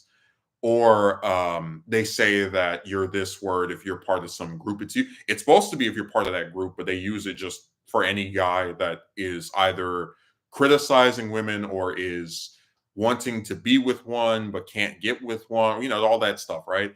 And so, what's really interesting is that I told you I haven't approached or asked out a woman in years, like, trying to get a date or whatever. What's interesting, and I have proof of all of this, right, is that in the last must be 2 years. And I told you I'm not trying to make myself sound like any big thing. I'm just telling you an honest pattern I've picked up on. I haven't really felt any actual rejection from them, like in the sense that, yeah, they get stupid with the whole, you just want to be friends with someone and they always find a way to like self-destruct. But I told you about the broad that was doing these hours long calls with me and said that she was attracted to me even though she didn't know what I looked like. But then she doesn't want to have kids and she lives in another country. And I'm like, what the hell's the point? Right. And her way of retaliating was to do the whole you're so boring to talk to and all that garbage. Then I mentioned you the one that had unfriended me because she has a boyfriend. And if I heard your voice more, I would want more. And that's all we have the evidence of that too. I just haven't put in the video. So I guess what I'm saying to you is, you don't think it's kind of interesting that they're still talking about me as the guy that wants a date with a woman and then can't get it and ha ha ha ha ha. But in reality, it's mostly been me turning down the chicks that come my way because what they're offering just isn't enough. Like it's just not good enough. They are not good enough. And this isn't like some abstract crap, right? Like, oh, I don't think she's pretty. No, I thought I thought both of the ones that said and did their little stuff this year were okay, right? Like fine, whatever. Uh, it's simply a matter of the basic things you would want out of being with one of them. They can't give you either because of how far away they are, or their outright refusal to, you know, have any kind of like verbal agreements relating to those things. So it's again, it's like, what's the point? But I was just saying that's an interesting pattern I've picked up on where it really seems like I'm getting to the point where I'm the one doing the rejecting because I don't ask out chicks anymore. I mean, hell, if we take it a step further, um, I have also noticed that like at my job, because I ask guys like, hey, send you a message, and they usually are like, yeah, whatever. None of the chicks I have sent a message to, and it's been like probably three, four, so it's not a whole bunch, but like none of them have objected or been like, "Oh my god, stop messaging me," because they have the right to do that. And of course, if I didn't honor it, they could try to get me in trouble. But I just think it's interesting how like I just don't feel it anymore. Like I still know in my heart of hearts that I'm not going to receive the things I'd like from them, right? Like actually being friends with one of these people. But the whole thing of like, ha ha ha, you've been turned down yet again. I don't feel it anymore because I don't ask them out. I've been meaning to ask you to actually do a video explain going into detail why being slash having a long distance relationship is unappealing. Yeah, I was thinking it would just be called long distance relationships are dumb. It'll just be the title. I'm aware you did allude to it on your previous streams. Yeah.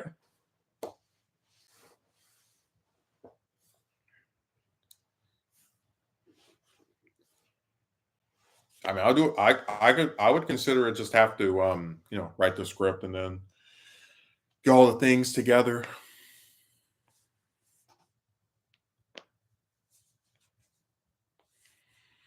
I'm just saying I've picked up on that pattern where it's been me doing the declining, like, no, thank you, I'm good, go away.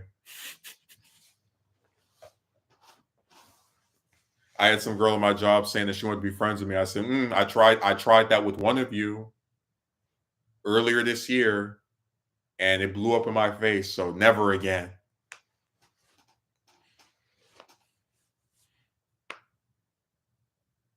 I stay away from them as much as I can.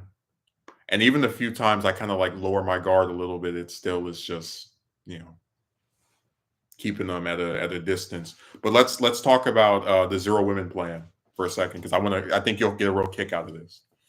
So I told you some months, I guess that was a month ago, right? About the zero women plan and how that's me just basically being like, okay, talking to all these chicks, waste of time, nothing good comes out of it, leave them alone. I told you there were a couple of chicks I still was willing to speak to because they hadn't acted crazy on me yet. And one of them was a girl that likes to draw. I shouldn't call her a girl because we're about the same age, whatever, lives in another country. And I sent her this drawing I did. This was on September 7th. I just want to like put the dates in your mind to kind of, I hope you can understand my perspective here. And I asked her, where have you, and I always have this song. I'm like, I'll give you an example of it. Where's Magumi when I need him the most? Like it's a song lyric that I modify to like address the person I'm speaking. It's just a little lyric. It's not some big, huge, giant poem or whatever. I don't like the sound of where this is going. So I send her the drawing, no response. And then I think next day I'm like, where are you? And I do like the song. I'm like, where's blank when you're the most? And she goes, sorry, just been working a lot this week. And I go, oh, I'm envious. I only work Sunday, or I guess today. Hope you get some rest. Then I send her another drawing the next day. Now, this is the last drawing I send her is on September 10th. She does not respond for the rest of the month. So again, September 10th, 3+ weeks. I see her online, and then I say, "Where's blank when I need her the most? Is she working a lot still, or just preferring me as a ghost?" And again, this is like modifying that same song lyric. And this is after almost about a month, a little bit over a month of it's like 3 4 weeks of just hearing nothing from her, right? So I'm like, okay, well, what's going on? And seeing that she's online, so it's like, I know you've seen what I wrote you. What the hell? Then the 23rd. So keep this in mind.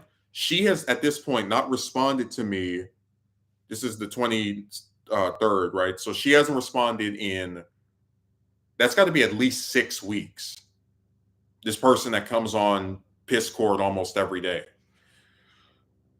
So I say, and again, I want you to understand that because I don't want you to think, oh, I'm just bothering her every day. No, I for weeks saw her, assumed she was busy, and just sat patiently expecting that she would respond at some point. And then after she didn't, I felt like, okay, well, do you actually want to talk to me?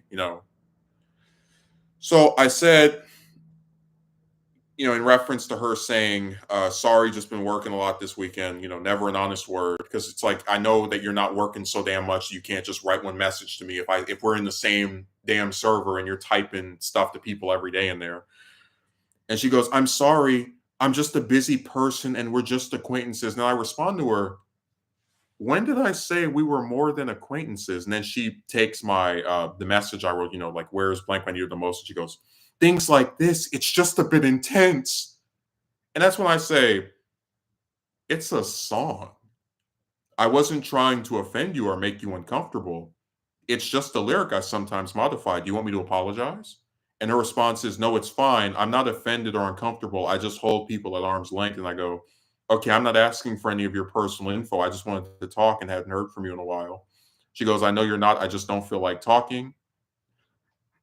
She doesn't feel like talking, but she's typing stuff to people in that server every day. Make that make sense. But I respond, well, if I've done anything to dissuade you from wanting to talk to me, then I'm sorry. She goes, no, I just don't really talk in DMs very often. I prefer to talk in servers and save DMs for my mates and commissions. And I go, I didn't know. I hope you can understand where, given that I mostly send you my drawings as we are both artists, I wouldn't want to have to keep pinging you and post them in the server. If you want, I can leave you alone. I'm not trying to stress you out or burden you. And she responds, just join in convos in the server. I go, I wish it was that easy. Are you upset with me? She goes, no, I just told you I'm not. At that point, I just stopped responding. So I hope you kind of like get where I just said to hell with it. I didn't unfriend her, but I'm probably going to do that at some point. If me sending her messages in DMs was such a problem, then why the hell has she allowed me to do this for how many months? 2 months, 3 months, 4 months? Because you would think if it was such a bad thing, she would have said something, right?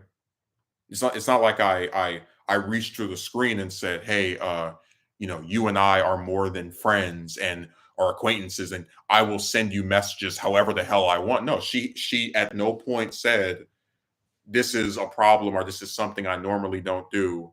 And it's only after getting a little bit of pushback from me, which again only comes after basically 50 something days of just being ignored by her, that she's like, this other thing you wrote me is intense and I like to keep people at an arm's length. And, but at the same time, I'm not uncomfortable or anything, but I just don't like talking in private messages, but you're not doing anything wrong. But just, I'd rather we talk.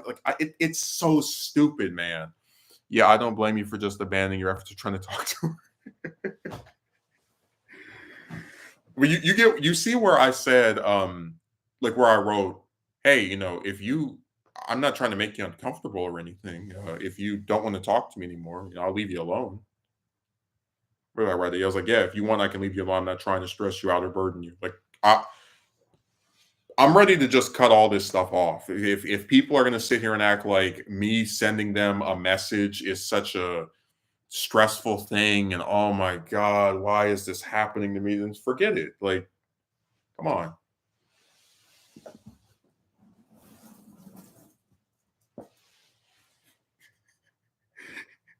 It wasn't a problem to send her private messages before, but now suddenly she prefer. And dude, like, imagine how weird that would be if I'm in a server, for I mean, like non-art stuff. I'm like every day, hey, blank, here's my new drawing. What do you think? Like, why do I have to do that? And do I have to commission her to send just so I can send her DMs? Are you serious? She's not a bad artist, but it's like I'm not. I'll just admit to you, I don't think she draws that much better than me. Like in all seriousness, nothing to where there's like 500,000 people just lining up to get something drawn by her.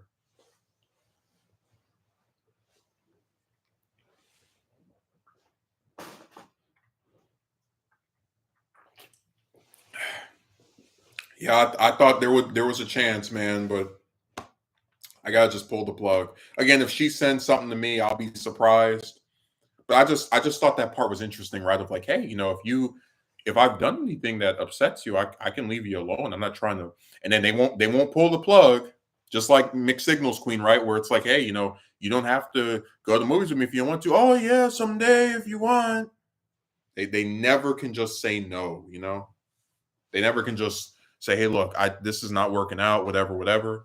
Because with Stale pointed this interest girl, I had to directly confront her about, hey, you're sitting in these calls, not saying anything. What's the deal? Like they it's interesting how they're just so like at the same time as they're a bunch of jerks that are very hurtful and mistreating of the men that are in their, that they speak to online or, and sometimes in real life too.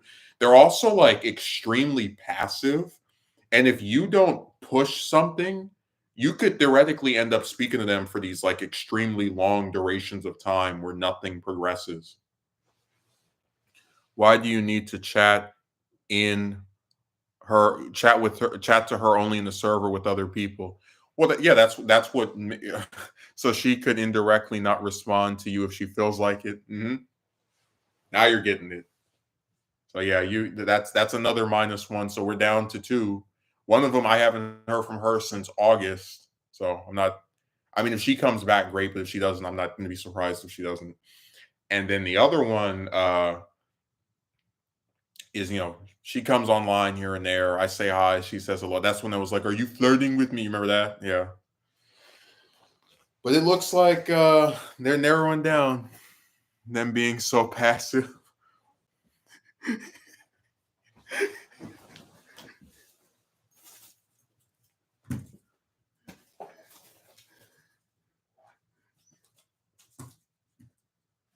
Hold on, I'm trying to plug this thing in.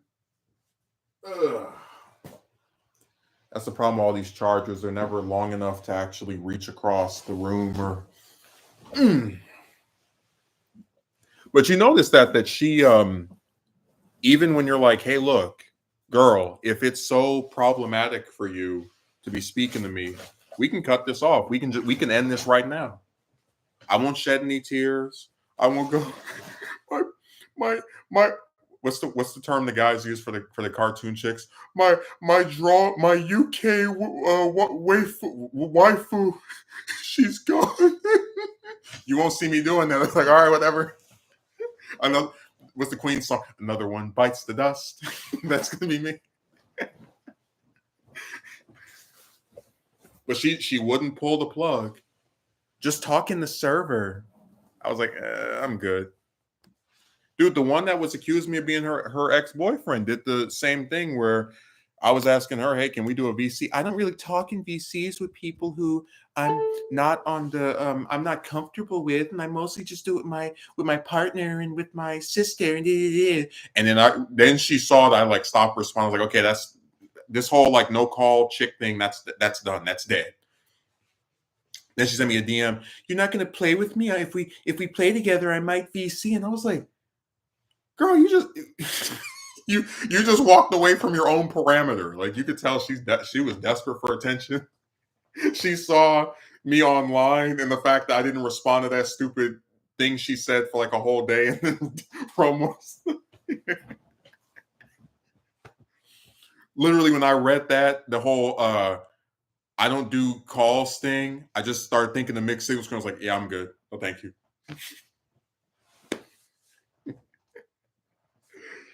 Oh man, these chicks. God, what are we gonna do with them? Well, I know what I'm gonna do, ignore them and not talk to them, but still. They have really shown their worst colors throughout this year.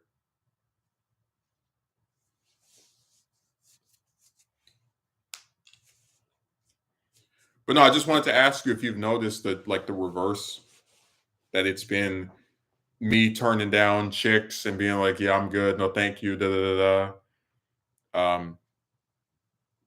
In place of like, "Ha ha ha, you can't get what the." It's like it's not enough to just be with one of them. If you can't have the things you want, what's the point?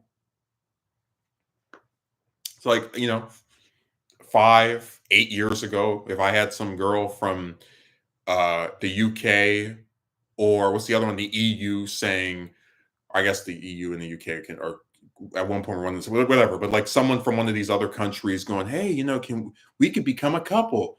I probably would have jumped on it because I was so desperate all those years ago to just not be alone.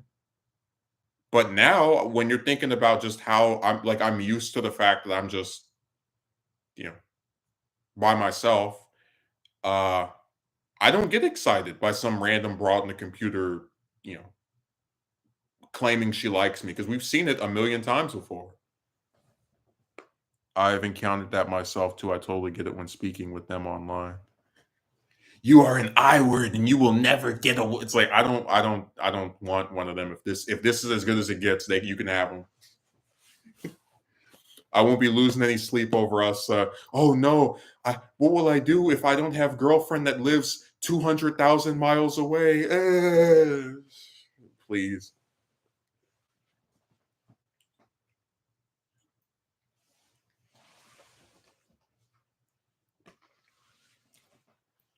What will I do?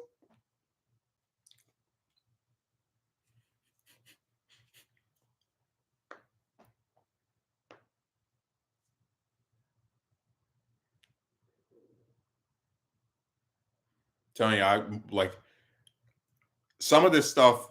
I don't think about it daily. I don't think about it even weekly. But if one of these chicks comes back and they try to do, whatever, whatever, like when she was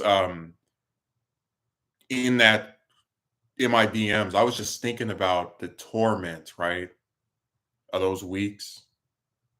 Her sitting there talking about I was trauma dumping. Remember that? I said, "Man, you really think after the way you treated me that I even want to hear your voice? Let alone sit in a call with it for possibly hours? Must be some sort of joke. Entering an LDR, and then even if they are well off, they expect you to travel to see them. But what if they don't share the same long-term goals as you? Yeah, then it's pointless." You said perfectly in one of your streams. But see, my thing is like, hypothetical, there's a woman that lives in the same city of the UK that you're in, and she wants to go see a movie, or she wants to just hang out.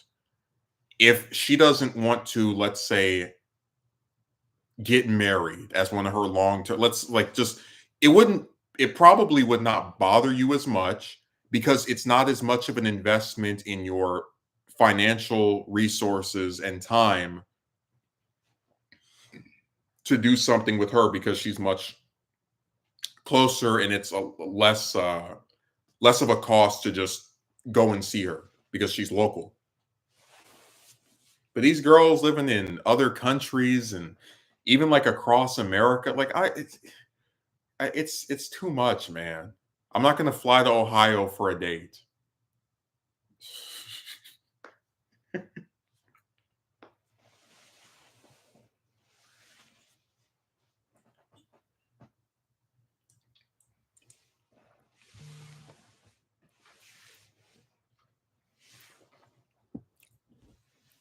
Oh man.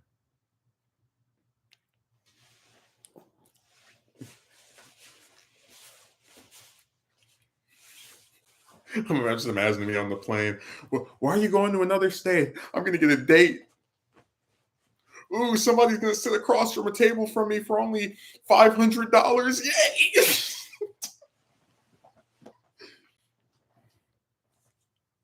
Damn, it's a whole like week or 2 weeks of work just to just to go on a date with a girl that lives that far away. I hope it was worth it.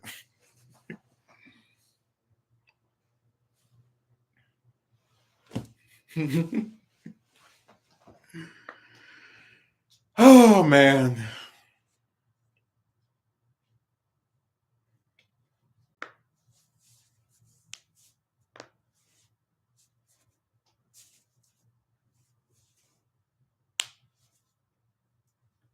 Remember, I made her accept my friend request. I guess I also made her unblock me 3 times and tried to pressure me into a call.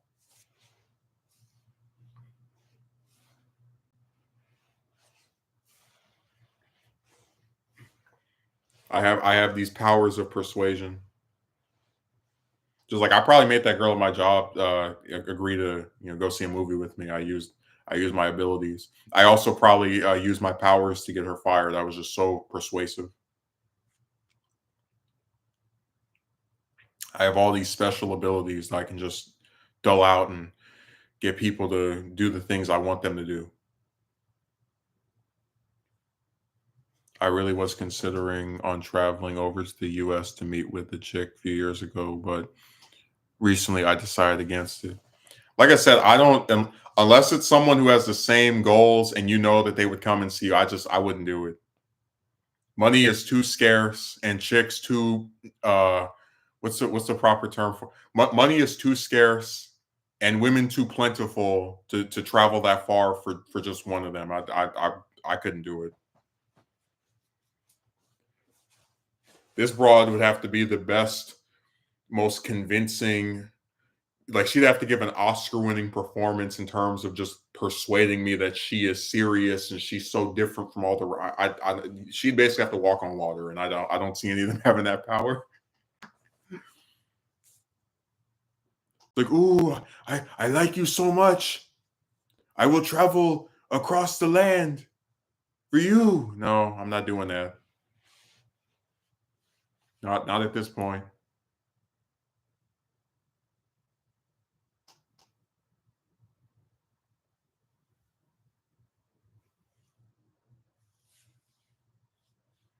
Some people really do think money grows on trees. It's sad.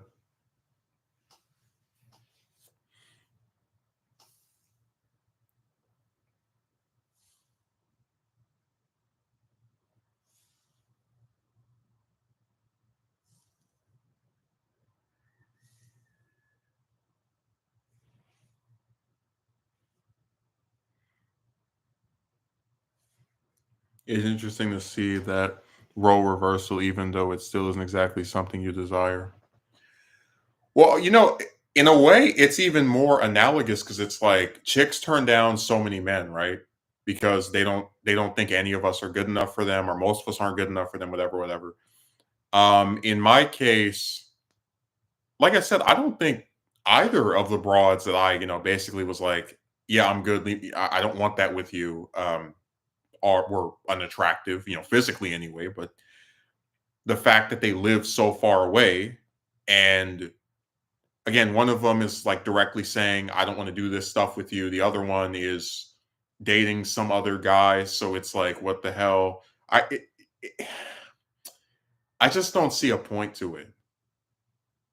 And even with that thing with this other girl, a few days ago, right? The one that was join the call. That one, it's like I can't think of many instances where I've had someone like abroad, right, who's like, "Hey, get in the call with me," and I'm just like, no." I was the one do. I've been doing a lot of rejecting,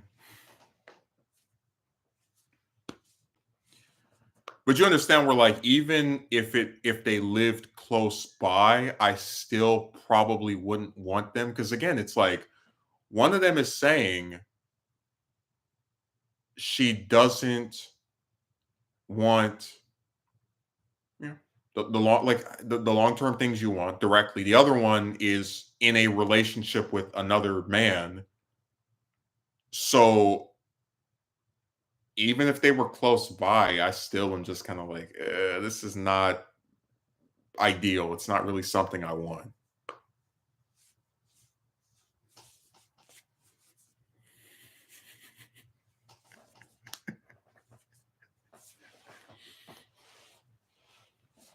Honestly, I don't, and I don't like making definitive statements because things could change. But I see attractive chicks so often that I really would not be surprised if I never ask another woman out, period. Like just for the rest of my life. I'm not like saying that to be funny or to make some declaration of whatever. I don't see a point in most engagements with them. Like I talk to some of them, I feel as if things should be more than what they are. And when you're left continuously unsatisfied with the way things have turned out or they're going, you just don't see a point to, even like opening up the possibility of, hey, maybe, I could say this to her. Maybe like I just don't see it. It's like I'll probably still keep seeing ones I think are pretty. Maybe there will be one that I try to like get the number of and talk to. But in terms of, hey, I like you, and do you have I don't think so. You say, yeah, I know what you mean. I'm serious. I haven't asked a woman out like on a like directly. Hey, I find you attractive, and I want to. It's been at least 3 years. As much as I don't want to admit it.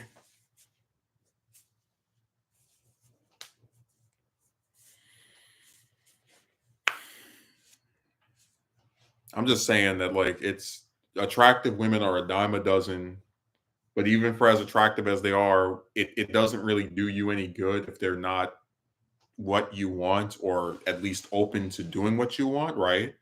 So you don't really have an incentive to like if the only thing that makes you want to date a woman is how she looks, then I guess that would be enough. But for me, it's not.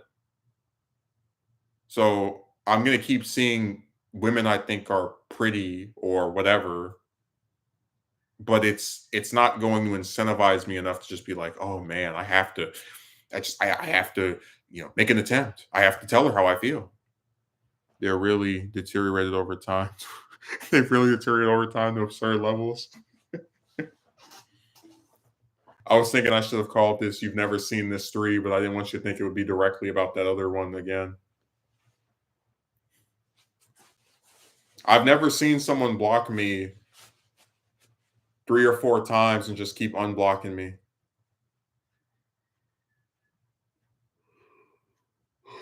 But you know what? That one that had the boyfriend was like, if I heard your voice more, I would want more. First, she unfriended me. Then when I was talking to her, she sent me a friend request again, and she was like, "Oh, give me another chance," and then she blocked me. Not like immediately after, but within the next week or 2 weeks or whatever. So she was another yo-yo because like she jumped out of the pool and then jumped back in, then jumped out again.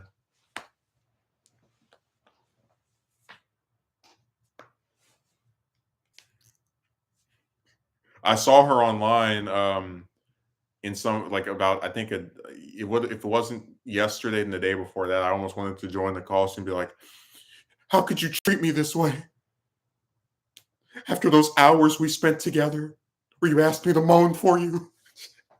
Does he know about us?"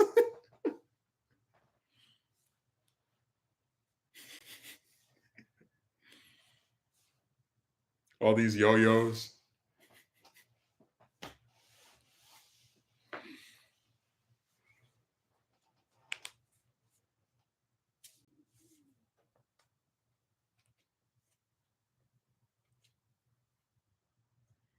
I'm serious. I have no desire to be anything or do anything with these chicks. Like if they can't give me what I want, I don't want them.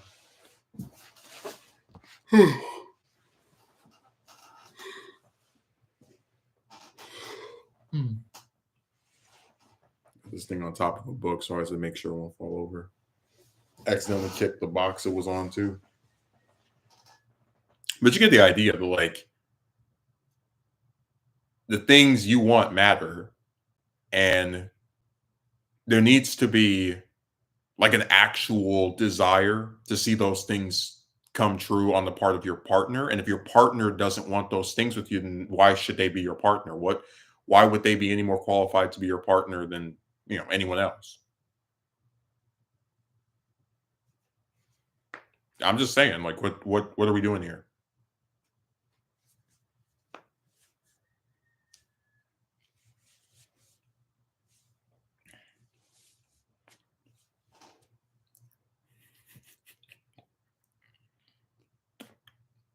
I was actually really, for the longest time, especially online, it has been you giving them all what they want and them not giving you what you want, completely one-sided. Yeah.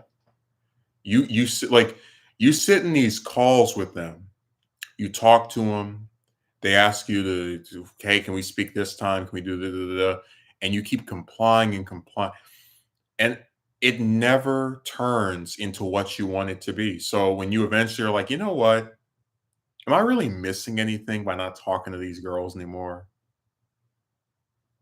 Like, are any of them so interesting, so entertaining, so great to be around that if that I just couldn't live without her and oh man, I'm gonna really be missing something?" No. The only chick in recent times that I fought really hard to keep things going with was Miss Revolving Door, because I did enjoy speaking to her, and I really do feel like if she didn't have her stupid controlling boyfriend, that we could have kept talking, and like it I wasn't that was all I was that was what was so frustrating about it, because I was completely satisfied with her and she blew it up. She exploded on me.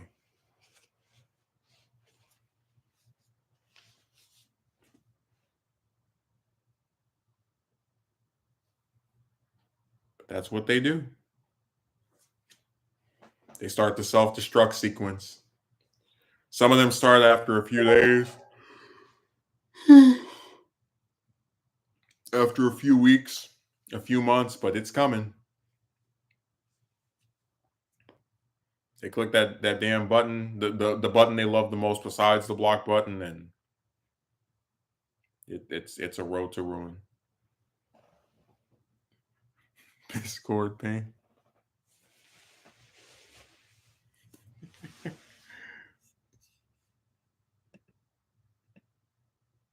Let me close that side. I don't even want to look at it right now. There, I closed Discord. So you want to hear anything else from there?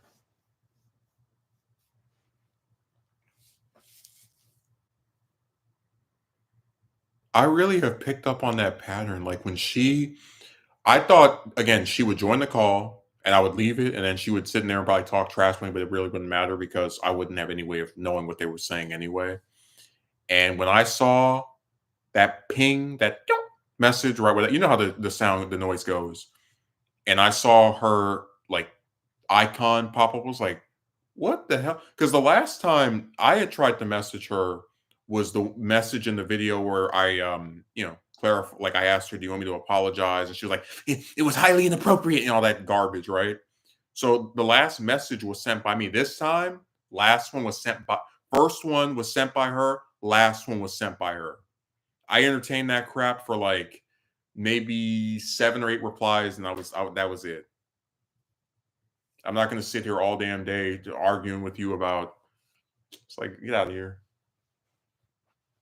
And again, I know it's not sincere because if you actually want to make up with someone, talk to them like an adult, settle the beef or whatever the hell, right?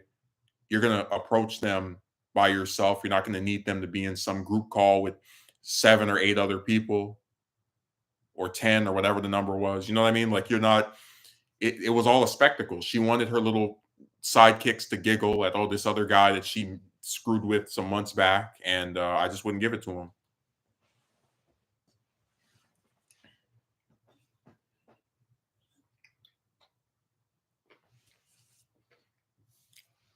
Like I said, man, I just don't have the patience for a lot of that woman stuff anymore. Like just talking to them, I'm often left sitting wondering what is accomplished by me doing that? What am I getting out of this? Because I'm not kidding when I tell you, I really was debating it. I was like, drama, eccentric chicks. But you get my point that like I was really wondering, okay, if I join this call with her, what is going to be gained on my part? Are we going to go and speak to each other and become friends, and she's going to abandon all her wicked ways? No, that's not going to happen. I'm going to join this call. She'll defend every stupid thing she did, and if she's not defending it, one of her little sidekicks will do it. And after that, she'll either go back to barely responding to me, or block me for the fourth, fifth time, and it's stupid. It's dumb.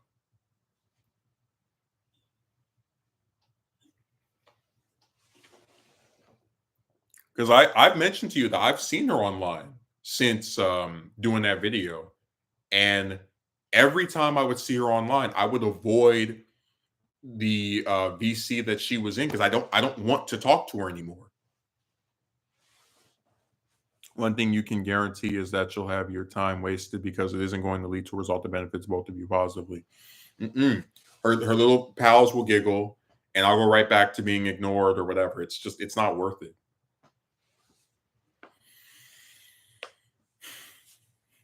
But I'm really sad about the girl that draws. I thought see, this is the final nail in the coffin for that idea of like, oh, just because if two people have things in common, then they can da da da. It's like, no, no, no, no, no. We know that that's not true. Because and it's like, it's sad. It's like, here's a guy, like, I draw every day.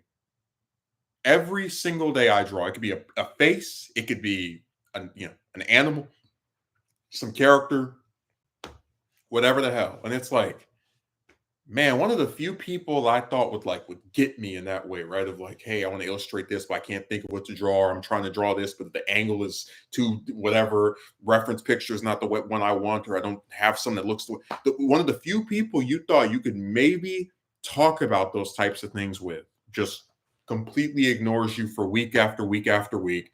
Then when she finally comes back, she acts like you're doing something to her, but then, oh, except not really. I don't mind speaking to you, but only if we talk inside of this server with 300,000 people. Like, it's nuts. Just insane, man. It's like, we could talk. Why does it have to be that way?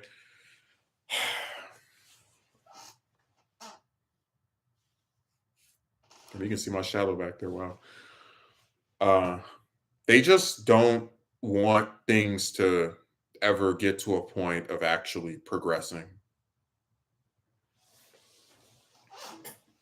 Like, all I wanted out of her, like, if she doesn't want to do any calls with me, whatever, I don't know if she would or wouldn't, right? I have no way, because I didn't ask. But if she didn't want to do any calls with me, whatever, whatever, whatever, all I wanted out of her was, hey, send me some of your art. I'll send you some of mine. And just keep sharing what we're drawing, comparing, contrasting, how are you doing, whatever. And you just can't get any of that, man. Like, I'm serious. They have anything you want with a woman. It could be as simple as her just showing you, just like there's another girl in there who I used to talk to.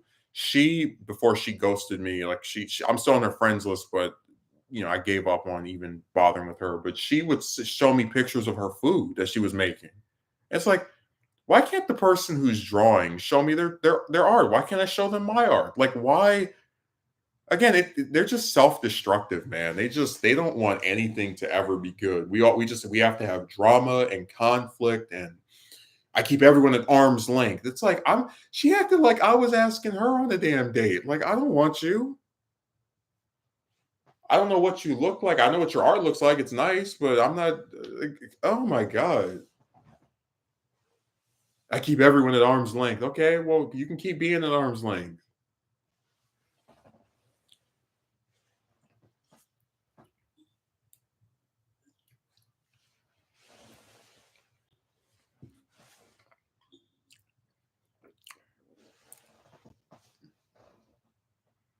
Tell you, some of these chicks, man, they will drive you insane. You'll be sitting there and you're like, oh man, I'm having a nice time with her. Oh, never mind. You're just showing each other your drawings. Oh no. If she sees enough of my drawings, then she'll feel like opening up, and then I'll open up, and then we will no longer be acquaintances and suddenly be engaged to be married. It's so stupid, man. And like I said, I saw this like I'm busy working. I saw this bastard every day. 3, 4, 5, 6, 7, 8 replies to people in this server. But then here I am thinking I'm going to get a reply. Nothing. And this isn't me getting mad because somebody didn't respond to me for a day or a week. This is like a whole damn month. Like, what? You're online every day and you can't write a sentence to me? Are you serious? And that's why I said, hey, if you want me to leave you alone, I'll do it. Oh, no, just talk to me in the server.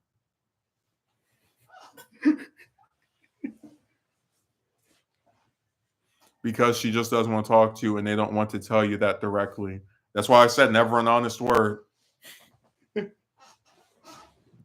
They can never take initiative to pull the plug.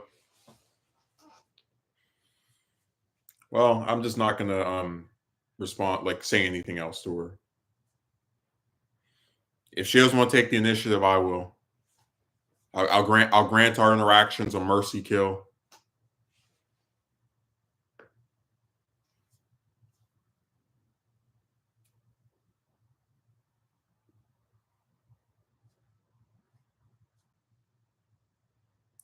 Yeah, I just don't see who's benefited by this.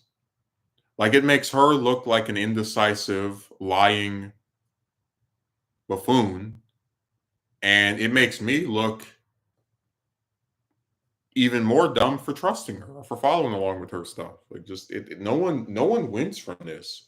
She's getting messages from a guy that she apparently doesn't want to talk to, or at least doesn't want to talk to that much. And then the guy is over here thinking that she wants to talk to him, and then she can't stand the sight of the bastard. So no one is benefited by this.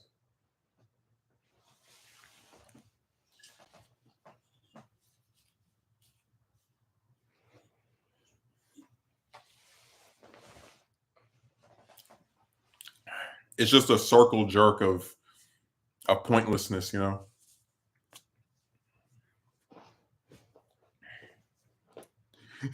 I'm just we should have like a damn bet or something that she won't send me another message and be like, hey, what's up? What's wrong? How come you haven't replied to me? I can absolutely bet my house that as she sent that last message and I didn't respond to it, she won't send anything else. I guarantee it. It's as you said, they have self-destruct sequence.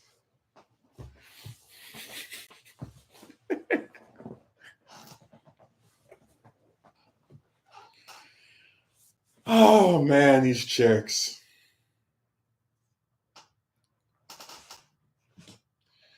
I can't wait to see one of the head Yo-Yo this weekend. She's going to be in that server most likely, and it's usually in like the early morning hours of the day where she's most active. But man, if you heard, because I never put out like all of it, right? But if you heard the way she talked to me back over the summer, she made me sound like the most desperate, damn pestering that's why I just, as I was sitting there thinking about that interaction on Thursday and how I wouldn't join the call, it really was the tables have turned where you want something out of me and I'm not going to give it to you because what I wanted out of her was to just talk, and I was not given that, back in June. So now it's like the time to talk is over. That was what I communicated. You had your chance and you blew it. If she had asked me to join a call back in June, I was all right, whatever. But in October, after being ignored by you for how many months and being blocked over and over, man, we're gonna take all the springs out of your box.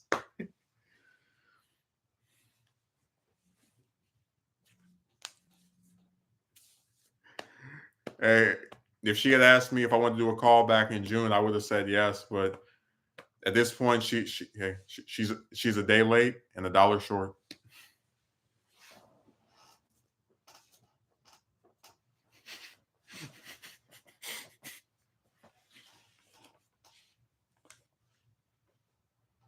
Guys in general are held to such scrutiny, but you don't really hear about the nasty, vindictive behavior a lot of these women exhibit. Oh no, and they can be very vindictive. Like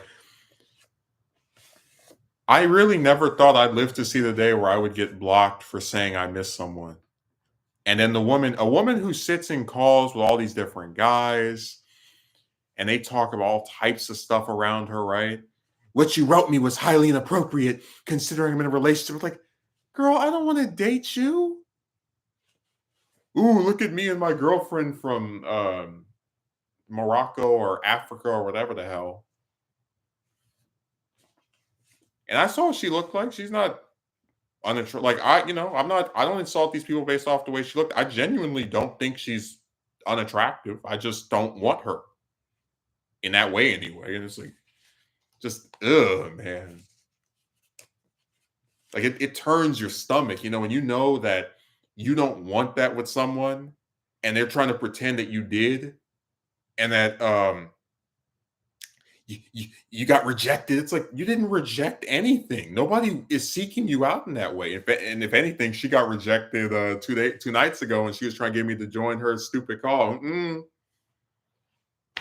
You had a chance to get me in a call months ago. You turned it down. You're a day late and $1 short.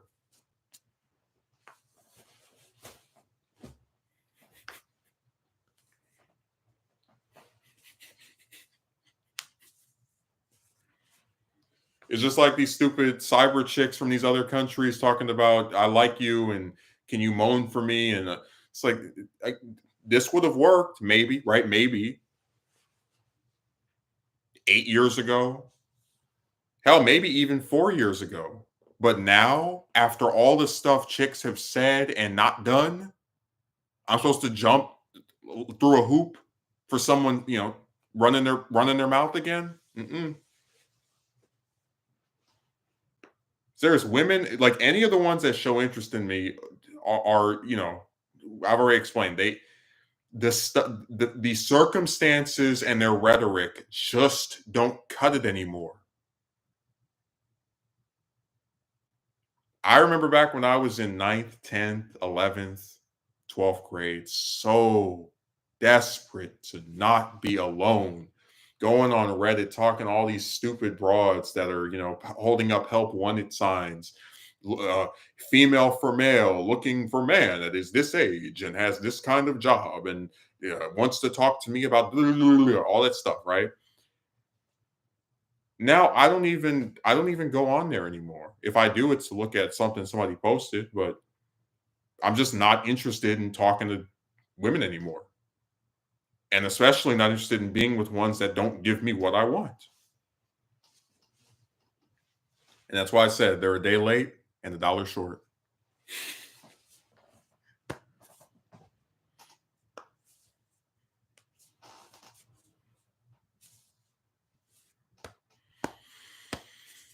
Mm.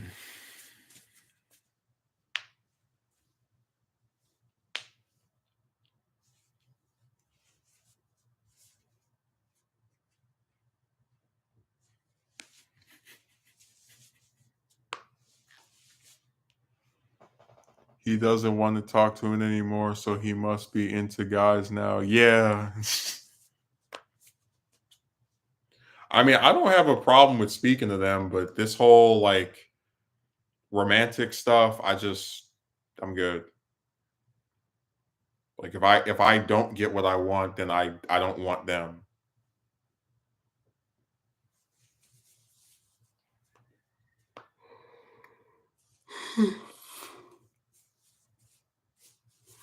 Got that damn rooster outside making its noise.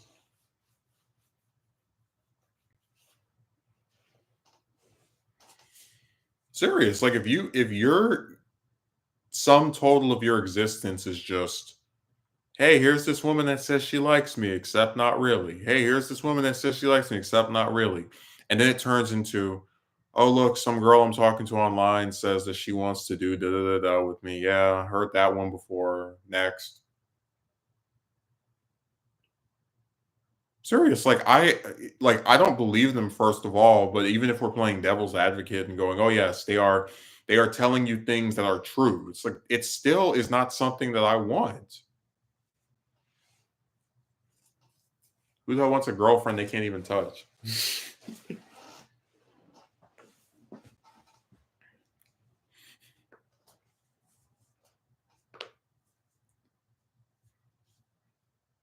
You have the ghost girlfriend, she phases through.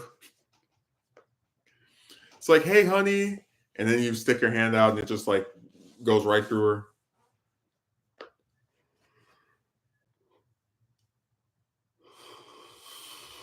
Ooh.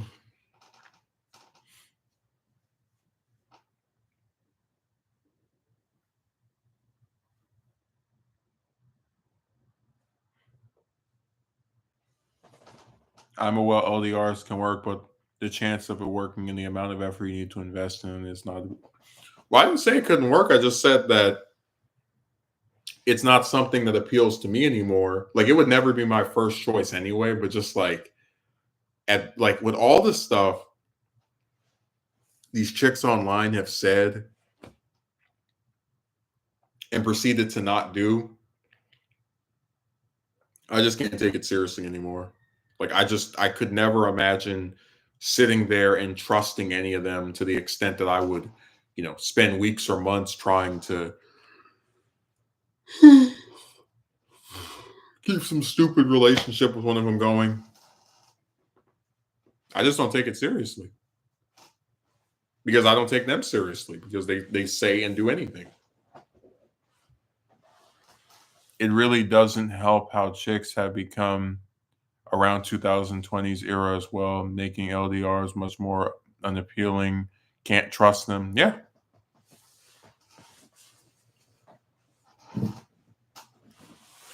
She could be telling you in DMs, "Oh, I'm yours," and I can't wait for us to see each other in person. And at the same time as she's telling you that, she's going to see some guy down the street. I mean, you wouldn't know. That's why the Miss Revolving Door thing was so funny because it was like her boyfriend thought we were cheating, even though they live in the same state and city. But then I'm on the other side of the U.S. and it's like, why in the world would I be of all like?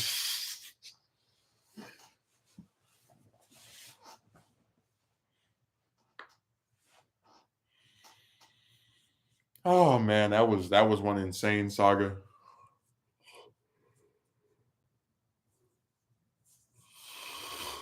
Mm.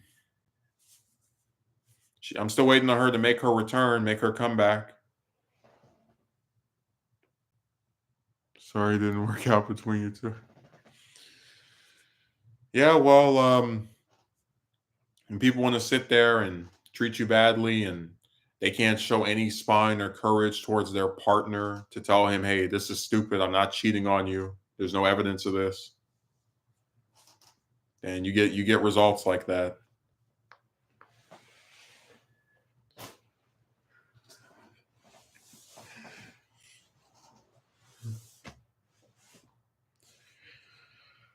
Oh man, I thought she was as bad as a broad could be, and then Mixed Signals Queen popped up. There's always one worse hanging around the corner.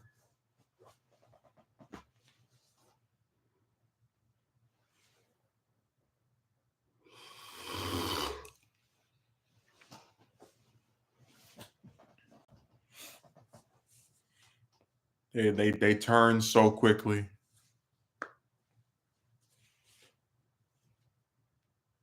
I don't like treating you this way, but he says we can't talk anymore, and I'm gonna take his advice, and I need to be with him.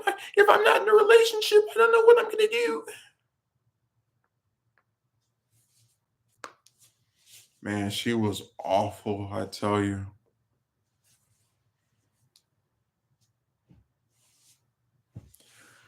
And I thought it was interesting how like I always say, "Oh, whatever, another woman," but the few times where I think there was a chance of actually becoming friends and developing some genuine, rapport, it does hurt a lot more than these, this romantic stuff. Because I always, the expectation is it'll always end up bad. But whereas if you're trying to just be friends with one of them, I'm like, okay, sure, that shouldn't be too awful. And then they prove to you that it can be just as awful.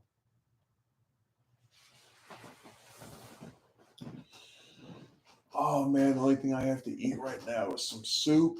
Um, got a little bit of some chips, and then what else? Popcorn.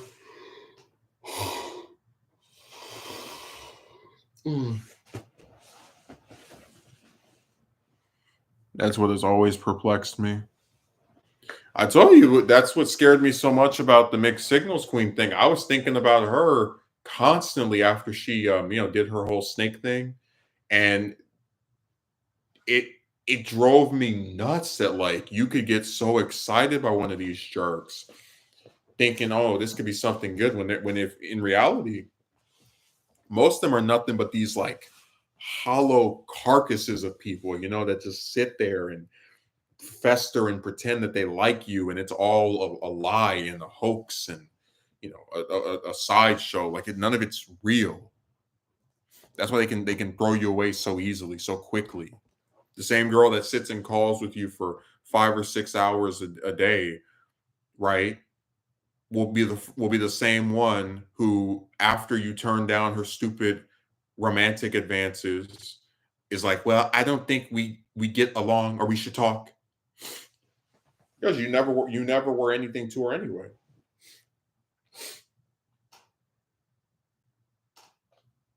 Let me see who's online right now.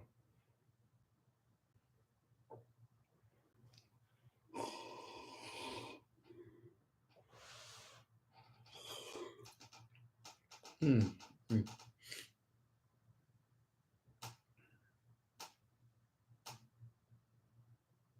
See here.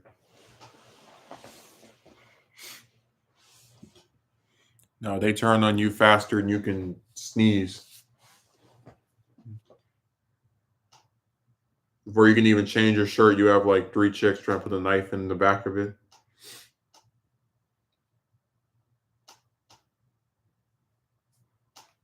Oh yeah, you weren't here when I was talking about the guy where I was in the VC with him and this girl, and the girl was playing her TV. You know what I'm talking about, where like you join a call and someone is trolling, or I guess they're trying to like not hear people, so they play. It would be like if I join a call and like I'm playing. You can like tell I'm playing a movie, and like you can tell it's Back to the Future by just how like the good the audio quality is and how loud it is, right? Just obnoxious stuff. Like, why are you in the call if you're gonna listen to the damn TV? But she's over here playing this TV, and there's this guy, and he's playing a game, and in the server you can't stream, so like you basically get radio versions of the game, right? Oh, I went over here, this person is they make the little noises and sound effects and whatnot. And I say, after he's like making his comments, oh man, they got you, huh? Are you all right? And he says at one point, I don't need a comment after every other word. And when he responds to me in that way, I said, okay. And I left the call. And I was like, because I was thinking to myself, like, I'm in this call with four people. With three people. One has their mic muted. One is playing some game I can't see. And another one is watching TV.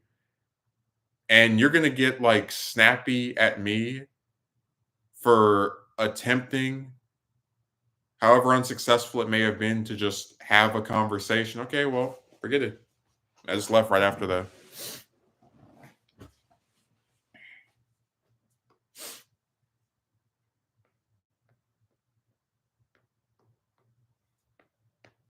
I don't need a comment after every other word. Well, you won't get a comment from me at all. Goodbye.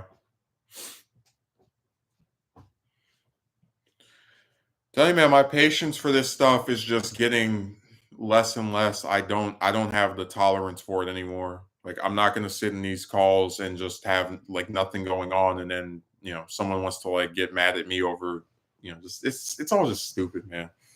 I don't get why people just join calls and not say anything. I've seen a lot of chicks do that, but some guys can get really hostile for no reason. It's just like the guy I was telling you about that was trying to defend the broad, right? That blocked me, that or like banned me from her server after I joined, like didn't do anything, right? And he was like, maybe she just doesn't blink with you. And I'm like, dude, Every time you have something mentioned to you, it's always spun in a way where it somehow is my fault, and you're trying to make it sound like it wasn't no big deal. It's like, no, I think it's weird that people have open invites to servers and then kick somebody out of the server before they do anything. If I had a server that I didn't want any old random person to be in, they wouldn't be open invite.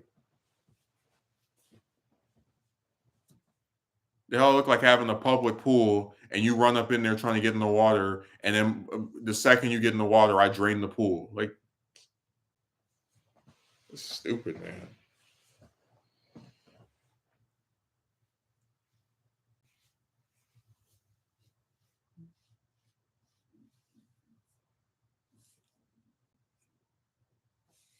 I tell you, these guys, these SEALs, they defend anything.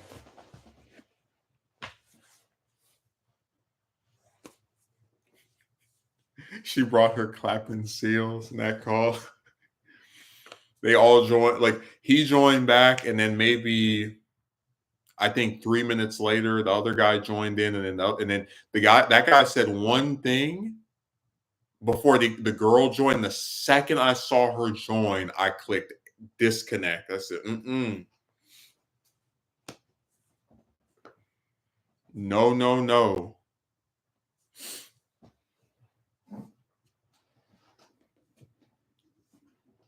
And that's so weird. It's like, why is it I'm like alone, right? Just doing these calls, and then but you need a squad to combat me? Like, what? We're not dealing with her nonsense. No. I told you, man, she treated me like dirt. And I'm supposed to want to talk to that?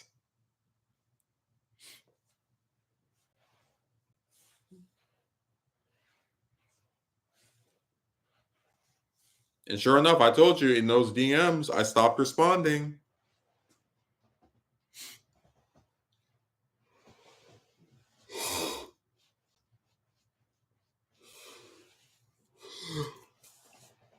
She was writing some stuff, right? Just type, and I didn't even by the end of it write anything else. Same thing with the other one, that one that likes to draw. I didn't write anything back to her. Say, man, these chicks are on their last legs.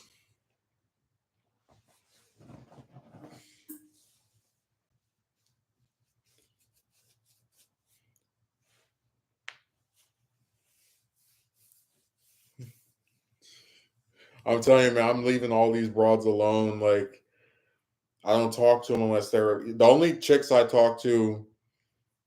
If they're not at my job, or the ones that will join some call, and like I'll just be in there with them for some protracted amount of time. But besides that,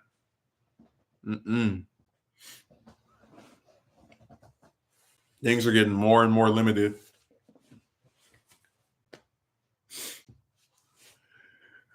Oh, by the way, that video I told you about, the one where it's like the sibling or whatever, that they put their face in the thumbnail, and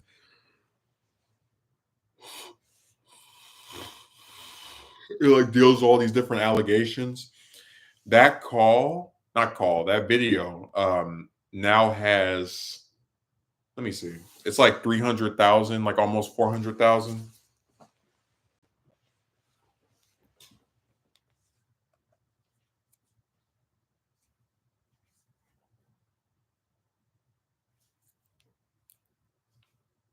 Damn, and somebody else made a video about him too. Yeah, 418,000 in 10 days.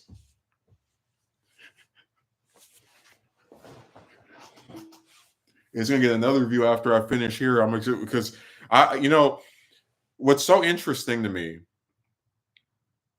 is that you can be a bad person online, like just do bad stuff to people. And in spite of how much screwed up stuff you do, you never really get in trouble over it, because like most people don't pay attention, they don't know who you are, right? It's like it just stays in these different communities. And then after you just keep piling up controversy after controversy, Yeah, you get a few videos made on you, but it's not like stuff with like they had one video made on them 8 years ago with 100,000 views, which is really good, but it's not like that's 8 years ago, and it probably wasn't all at once. People just keep coming back to it every now and again and be like, oh yeah, this person is terrible. And now you have a video that in less than half a month is close to reaching 500,000 views.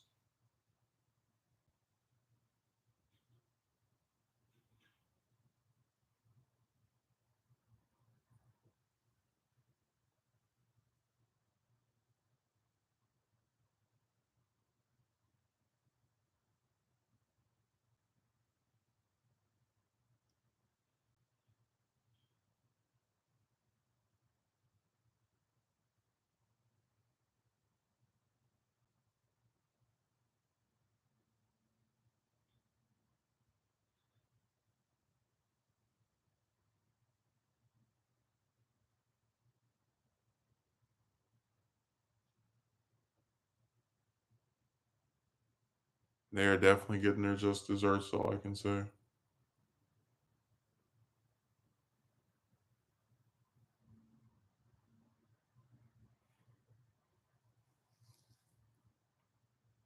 People just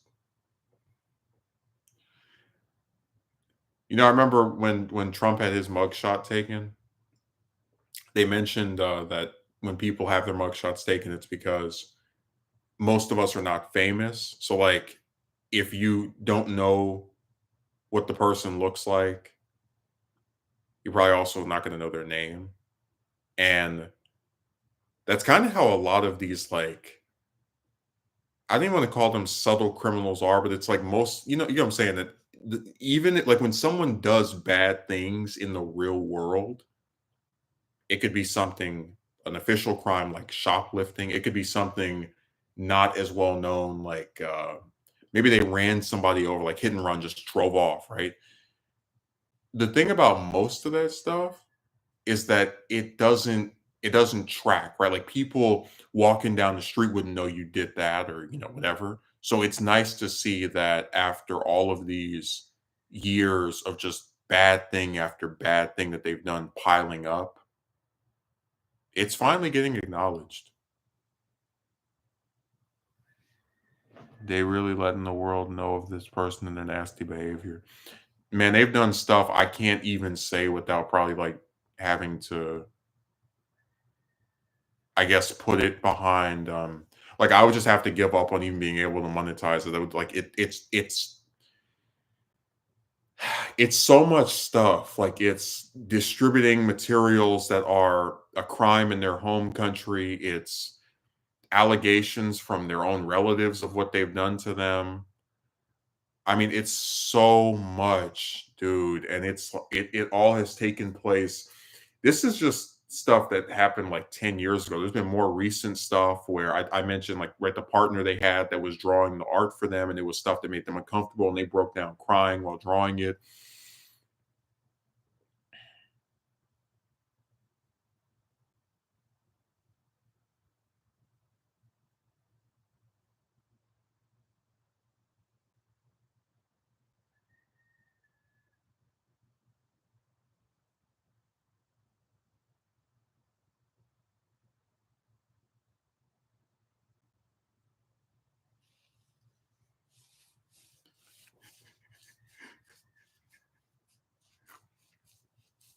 I'm not smiling at what they did. I'm smiling at the fact they're like finally being exposed because I've known about this person since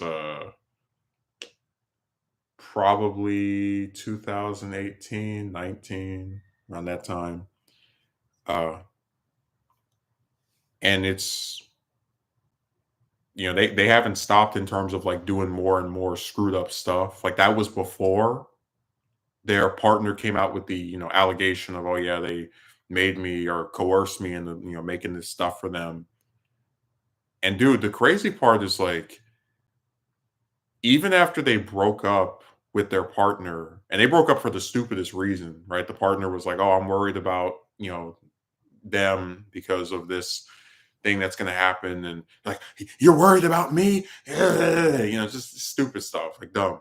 But what's crazy is even though they broke up with their partner years ago, they still like talk trash about them. They have the new person that they're with, like make subtle disses towards them. Like their relationship is the equivalent of, let's say you had a girlfriend, we'll call her Jane, and you and Jane are together for like 3 years, right? Jane and Megumi, Jane X Megumi, and then all of a sudden you guys like break it off or it doesn't work out anymore, and then you get with some new woman named I don't know, let's say Sarah, and it's Megumi and Sarah. They're just sitting together, and Megumi's like, "Oh yes, Sarah, you're so much better than that other person I was with." And you're saying this in videos and like on Twitter and all these other places where people they know who you're talking about. And then you got Jane's, poor little Jane sitting in the corner going, "Well, damn, he's still talking about me after all these years." And as you're sitting here making Jane sound like she was the worst partner in the world, you still have her picture she drew for you as your background, and the nickname she gave you as your name on here. I mean, it's insane. And that's one of the things, we talked about how like relationships, what the hell? Trust me, they did something else even crazier. Um, I guess I could say this. So some people don't like their last name. Imagine if it wouldn't really work for us because we're, you know, it's usually the woman that takes the man's less. But like, let's pretend you were engaged to let's keep up the Sarah thing, right? You're engaged to Jane, and Jane's last name is Taft. Yeah. Okay. And so you're like, hey, I don't like my last name, so I'm gonna change it to yours. So you're Megumi Taft now, right? And you break up with Jane Taft, and now you're with Sarah, but then you still call yourself Megumi Taft, even though you're no longer engaged to be married to Jane. And people are like, why do you still use the last name of your ex partner? Uh, I'm reversing it. I'm owning it. I'm I'm making a statement. It's like, what the hell? Just like what you wrote. Yeah, the same thing. WTH. I've never seen any other instance where someone would be engaged to a person, take their last name, and then after they break up, prior like without getting married, right? Not getting married, keep the last name of that person. What the hell? Don't bring her back.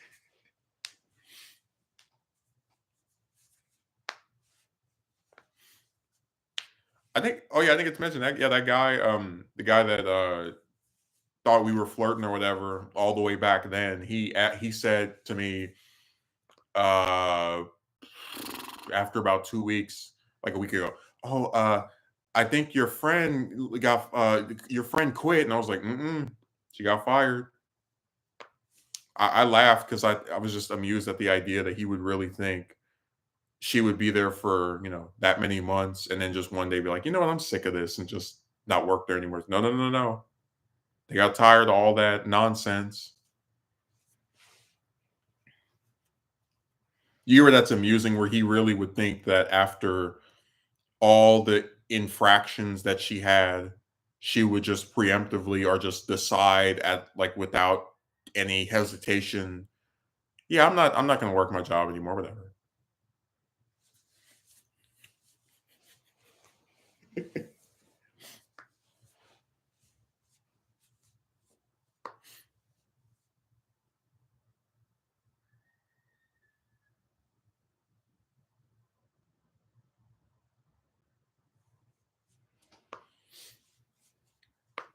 I haven't even been able to tell you about all my furry friends.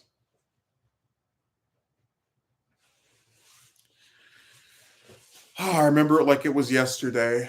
I was coming out the room and I have a little bathroom that's like right on the side of me.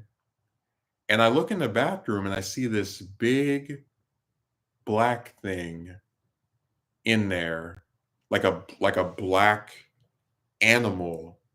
And I'm like, what the hell? And then all of a sudden, like Sonic, I swear it turned into a ball. It just jumped on top of the toilet, like the toilet seat that was down, then jumped out the window. And then I thought about it for a second. I went, oh, because I saw what happened. So I have this like little tiny screen window, tiny to where you like no human being could fit through there. And this cat scratched it up with its nails and came in there and was like just I guess hanging out in my bathroom until I opened the door, came out, and then it instinctively ran away to make sure that it was out of the way of danger. They'll be forever linked together because of how stubborn he is of keeping that surname. Yeah, it's really insane. And I do feel bad for their partner because their partner is trying to move on. It's been 3 years, 4 years since they broke up.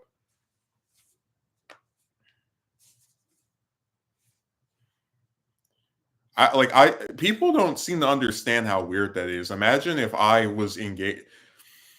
Just again, being like pictured from their perspective, you had a partner who you did not marry, who, in spite of not marrying you, retains your last name.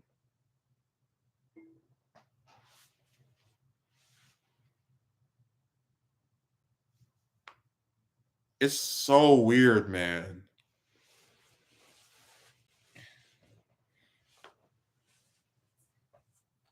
I normally don't do the whole poor baby or whatever, but I feel bad for that person. I really do. Because people are just so weird. And, when you're in some relationship, usually you have your blinders on. You're not really, in a lot of cases, you're not really thinking about, oh man, is this person going to do something crazy? But they've been getting the full brunt of it for the last several years. When you date somebody with some 100,000 plus sub channel, right, and then it ends publicly, it can be hard to move on from it.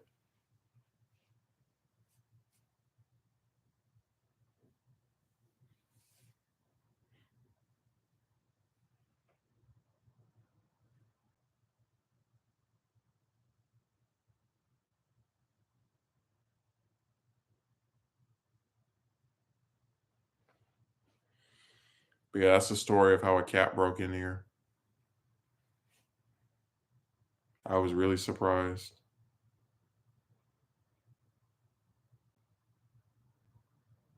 I said, I know this thing did not shit, but it did. Tore down the screen door and had a nice little fun adventure.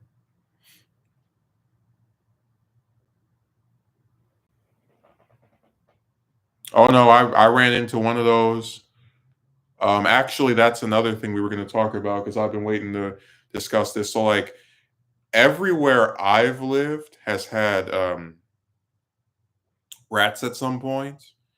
And you know how they do it. They come through some vent or some other like area where there's, piping and whatnot. Um, Up until the last 2 weeks, like I've been here since June, right? I've never seen one, like period. I hear them like crawling through cracks or whatever. But again, it's like no big deal because as long as they don't bother me, I don't care if they want to hang out in the roof or whatever. And so about 2 Fridays ago, I was washing because I wash my stuff with this bucket, like pour it with a bunch of soapy water, and and normally when I pour it with the water, I don't immediately drain it because there's nobody else here. It's not like I have some kid that's going to fall in there, or some dog that's it's no big deal. During this night, it's like Friday, it's like Thursday night of 2 weeks ago. I hear like something rattle because I have a lot of like bottles and cans. I hear something rattle in the front part of the place. And at first I think maybe it's something outside. Because again, I've never seen anything up here besides that stupid cat. And I said, okay, whatever, I just heard something. It could have been outside because I got the window open. I go to get the bucket because I'm washing stuff. It's like 2 in the morning now. And I usually pour it in that sink in the kitchen, not kitchen, the bathroom.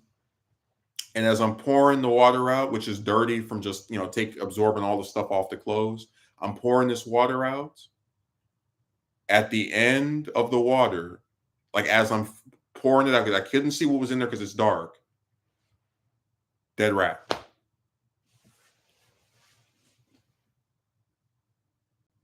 So here's what happened. The rat came upstairs because of, like, I guess, different scents of food, whatever.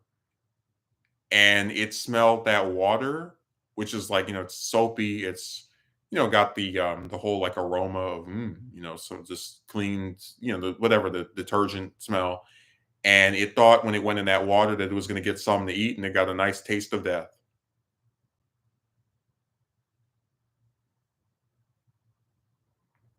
Man, like that was something out of that really did scare me. Just because like when you're pouring it and then you see that in there, you've never like again, you've never seen this, right? It's just like what the it was. Man, I just again picture it. You have this bucket of water, and every week you just pour it out, whatever, go and start another one. And as you're pouring it out, you see this little white thing at the bottom. And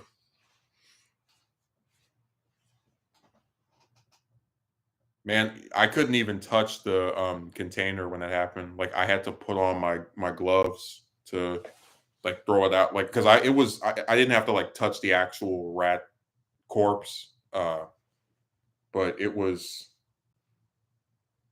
I like just even touching the thing while it was in there just had me kind of like And I thought that would be the end of it, but a few days later, I found out there's another one. I've been removing. So, like, listen, I'm not going to pretend I'm some perfect person. I live by myself. It's been that way for the last few months. I don't have a trash can. So I've had a lot of like a lot of times when I was like eating out, I would just put the bags and stuff kind of like in that front part of the place, in case I didn't finish something, whatever, whatever.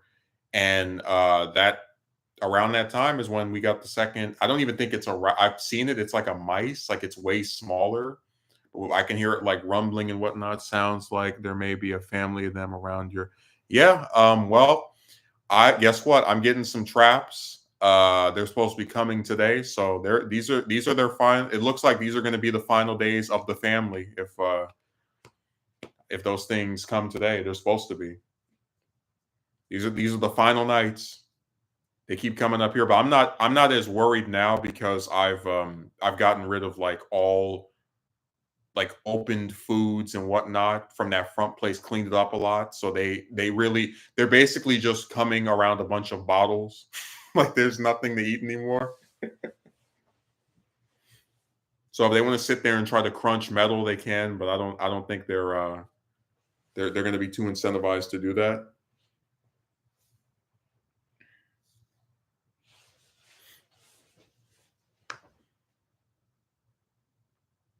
But no, this whole coming up here and eating something, that's over.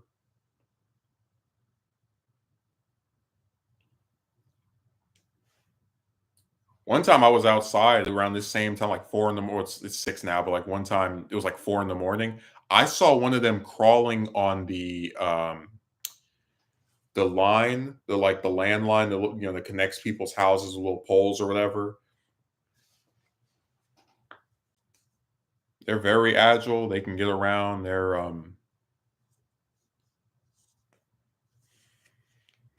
Yeah, these invaders, man.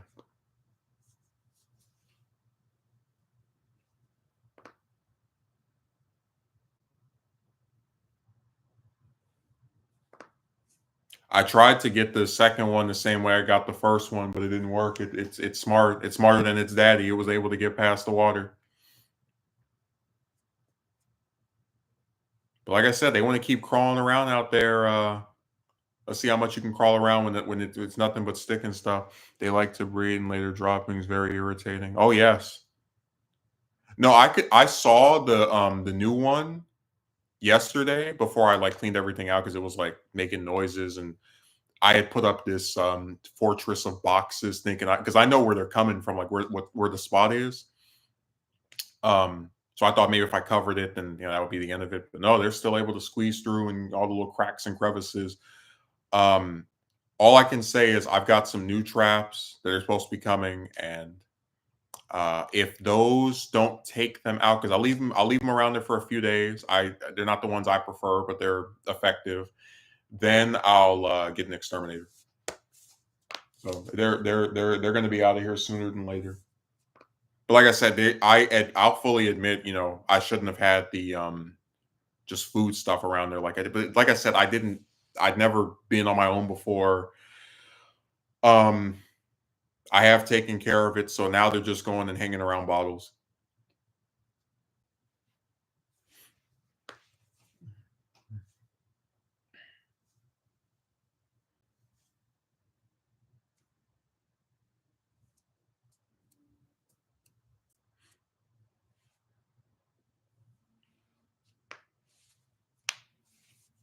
Yeah, they always start coming around once the sun goes down, which of course strikes a little bit of fear in me because that front part doesn't have a light in there.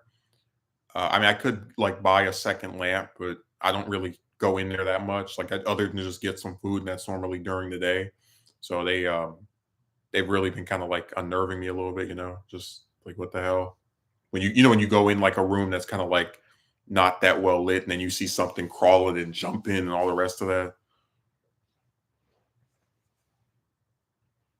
And man, they can squeeze through anything. It is crazy.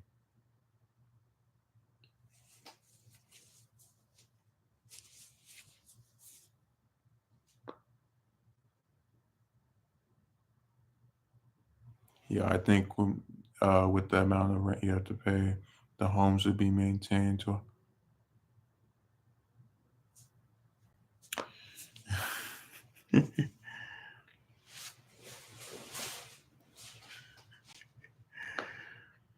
Trust me, there's no maintaining here. Like I said, I've been mostly satisfied with the place up to this point, so I'm just not I'll deal with it. Mm. Deal with it just like I've been dealing with everything else.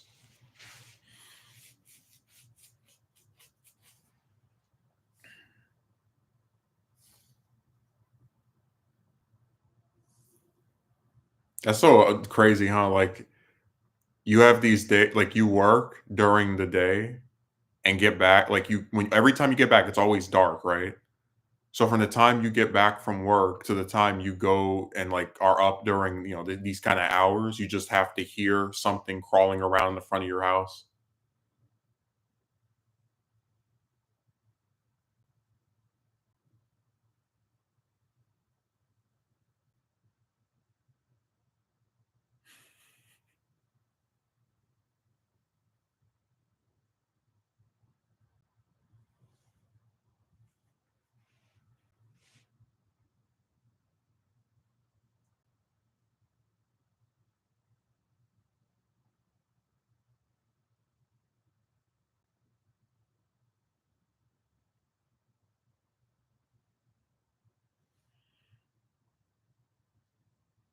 Yeah, it's another one of those hang-ups.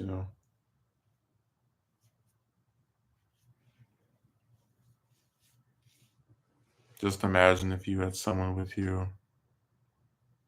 Oh, just imagine you had someone you were romantically involved with help you with the rent. Yeah, I told you that's how that one manager at that job I had was, where her and her husband had some kind of joint account where they both put money on it and they used that to get groceries and just like basic day-to-day expenses. And that doesn't even factor in all the free food she was getting from her job too. It's just it. Oh man, some people just have advantages. That's all I can say.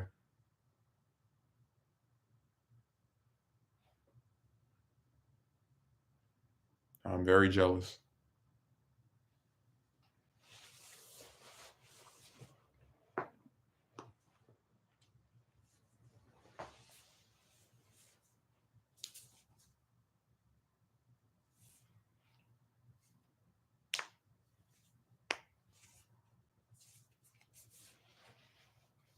I didn't even get to mention at that job, you could get the snacks and like take them home and they wouldn't even care. Like they have these different snacks that they would put out there for people that worked at the place to eat. And a lot of times they wouldn't even eat this stuff. So it would just, like they would just sit there and like not be used. You could take it home and they wouldn't complain.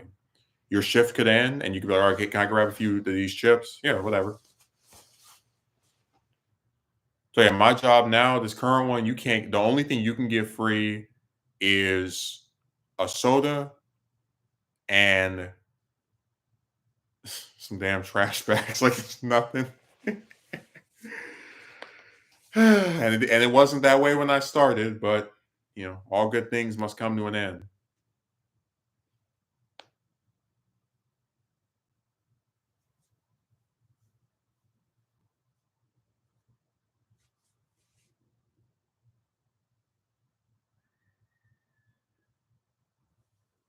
What I find the most jarring is the Discord nonsense. Yeah, that site hasn't made sense to me either. Can only be used in that one branch. Oh, it was the discount? I thought you said the Discord nonsense. There's so much nonsense.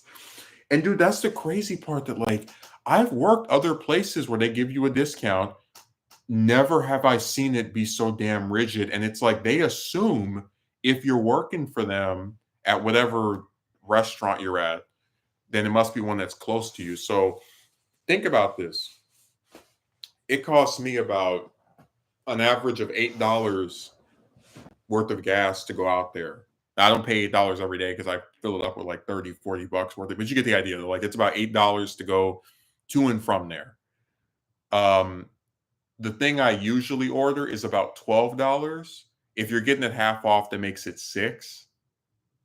But to drive all the way over there is to add on another $8. So you're gonna pay $8 more worth of gas to get $6 off on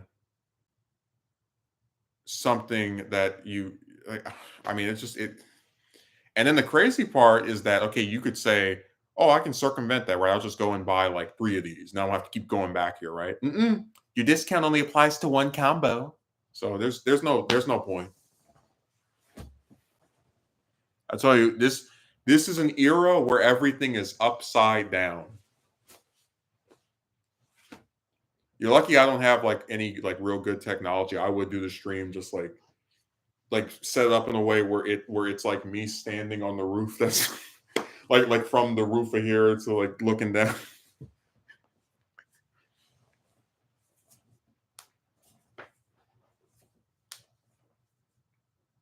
Gumi, your discount only applies to one combo, and you can only use it at this one branch.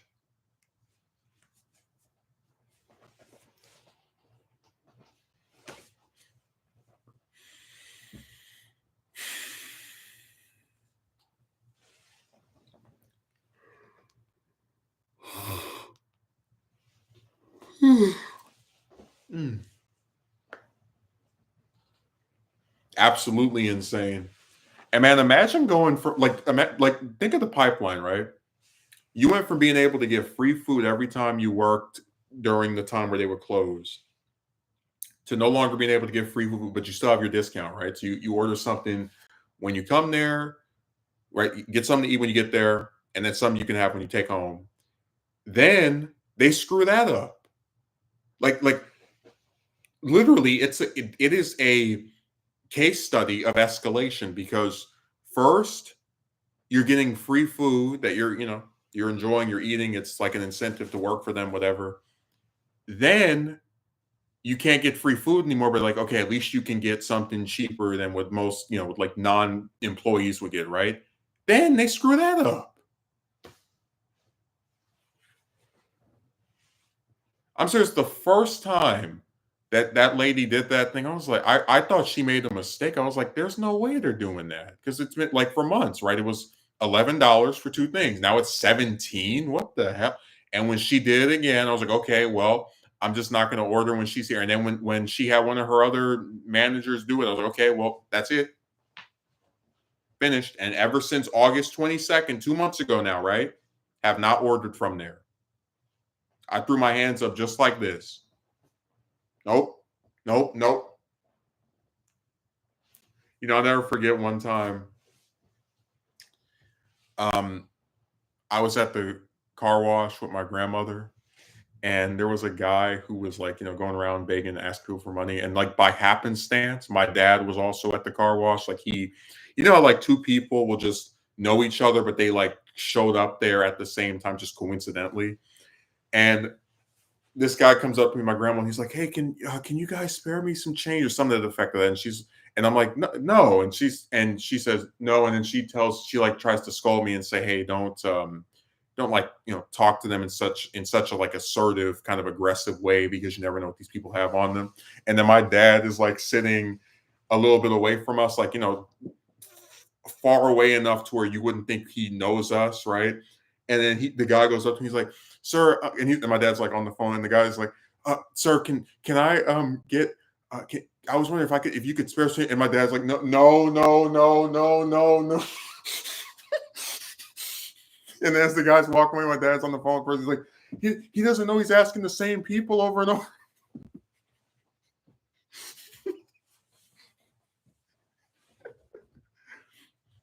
So with me, hey, could you guys spare some change? And I say, no. And then my grandma's like, Justin, don't talk to the people like that because you don't know what they have on them. And then he goes up to my dad, sir, can you maybe spare some? No, no, no, no, no, no.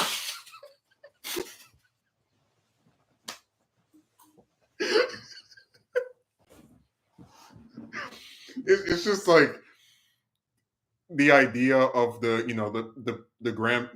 parent, right, trying to set an example, and then your other parent or some other figure of authority being the complete opposite of the example.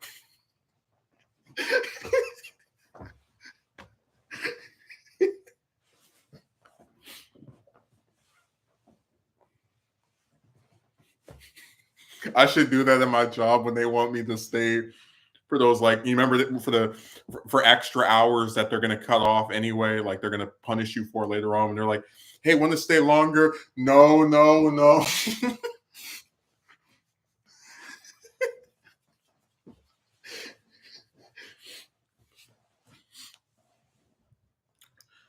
Can you guys maybe get can you guys have any change to spare? No, Justin, don't talk to him like that because you never know what someone might have on them when you go to one of these places. And then my dad, sir, can you possibly spare some change? No, no, no, no, no, no. He wouldn't even look at his. He doesn't know he's going around asking the same people.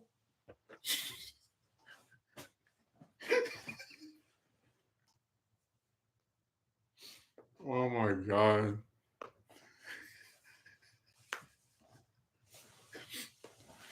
Hey, hey, you want to join a call with me? The person that blocked you months ago and now wants to talk to you all of a sudden? No, no, no, no, no. You're lucky that server doesn't let you face cam. I would do that.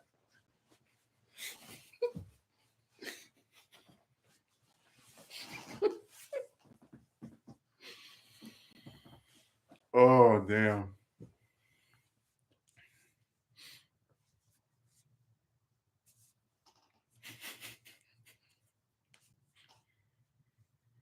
I one node just didn't cut it.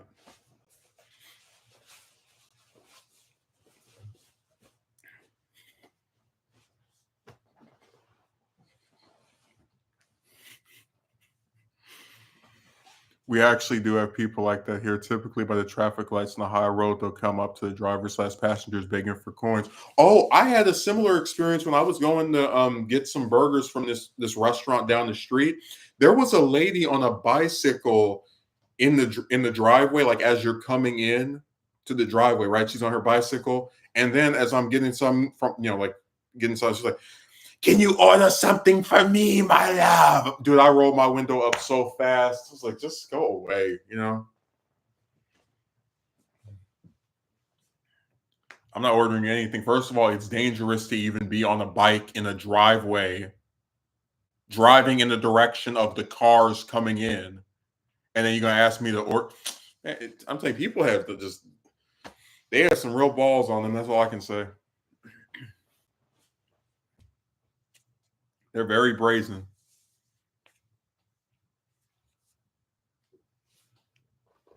I remember you mentioned that one of your yeah. I've never seen that before. Where like you go like I've seen people hanging out at the at these different fast food places just in the driveway, but I've never seen one on a moving vehicle or just on a bike blocking your way from getting in. Then they move out the way. You're like, okay, fine, I can make my order. Can you order something for me, my love? Unprompted begging, just and she's shouting like she's not by the car. She's shouting this from across. It was bad, man.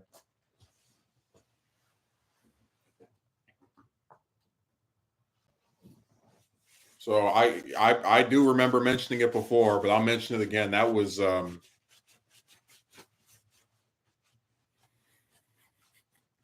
course I can also recall other instances of stuff like that too, but some of the things that we said to them I can't repeat.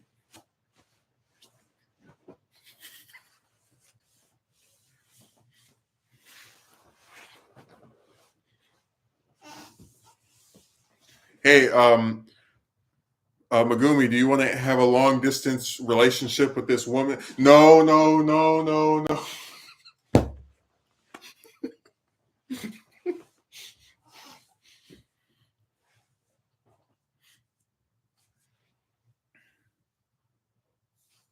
Tell you when this stream is over, the only thing I'm gonna do is get something to eat. I am starving, man. Oh boy. I'm just thinking about I might have to go to the market and to the pro. I hope I have to do both of them. I don't think so because I get off early enough on Sunday where I could probably go after that. I'll definitely be using that. No, no. Like you have to throw your head up too, like you're looking at the sky to the man.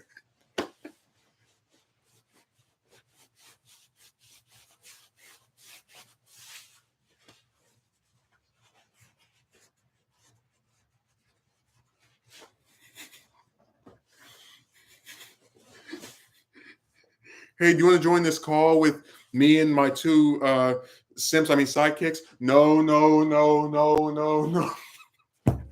And I'm telling, and you know what? I remember distinctively. He had so like I normally don't even like talk about appearance based stuff, but he had the same. So like these are not actually, these are my regular glasses. They just have a visor you can put on them. It's like if it's like really, like warm or something. He had like dark glasses on, just like this. Like while he's on the phone, hey, sir, can you possibly give me some? No, no, no, no.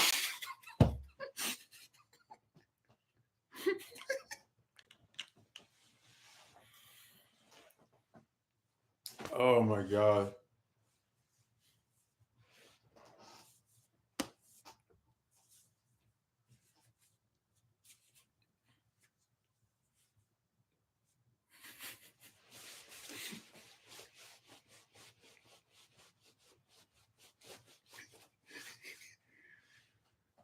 No, no, no.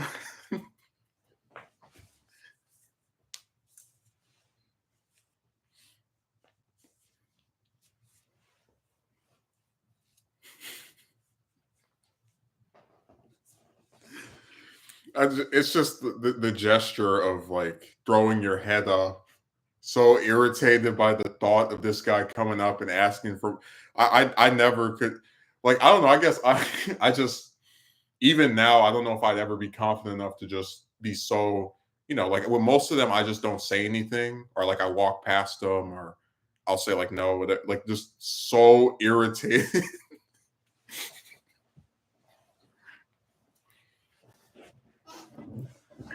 That is hilarious though, but at the same time, it's just really annoying. Yeah, same. I usually just ignore them and don't say anything. But it's also like rude to like when you see somebody on the phone and you try to come up and beg from while they're like talking to somebody.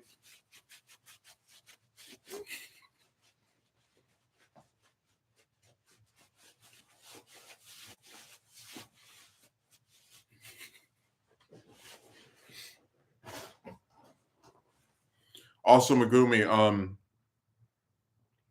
so which yo-yo is worse? The one that blocked me and then unblocked me and then blocked me and then unblocked me, or the one that is so uncomfortable with it, just talking to server. What you wrote me was a little intense. Which one was more of a yo-yo? Which one was doing more of this? You're lucky I don't have one of those damn the moving cameras, because I would like actually put my feet up and just have it doing the same gesture. The former, really. Yeah, man. This means that all those guys in that comment section were full of crap, because they're talking about, you wrote her a poem and that made her uncomfortable and that's why she didn't want to talk. It's like, no, no, no. The poem clearly didn't make her uncomfortable enough to just stop speaking to me. She's had multiple instances where she's tried to come back to the piss and pot. How crazy is that? The girl that right, like, did the hour and a half call and then blocked me, that one from like a week, the waste of time stream one. Literally, the first thing I sent her was a poem, because at that point I just didn't care anymore. I was like, okay, fine, they're gonna treat me like this anyway. It doesn't matter what I write. And then she sent me a friend request. So anyone who tells you that, you acted, you know what I'm saying? It's just everybody knows what to do, but never any proof of that they've actually done it. It's interesting.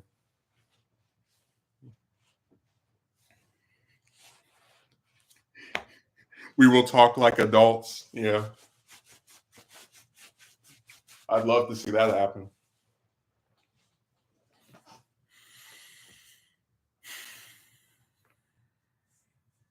Well, Guri, do you have anything left to add? Because I did want to get something to eat and then try to go to sleep.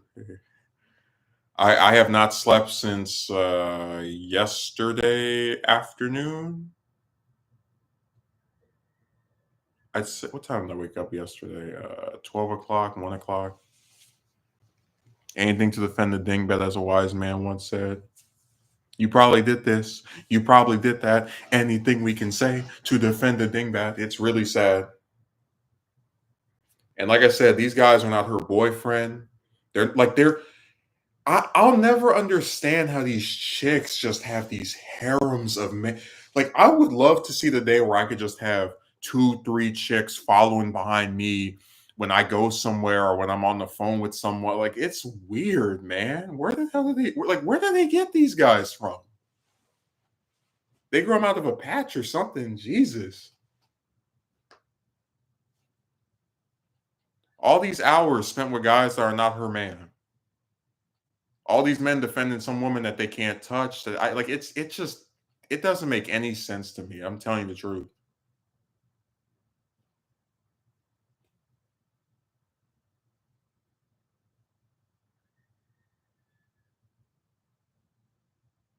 But yeah, Megumi, let me know what else you want to say,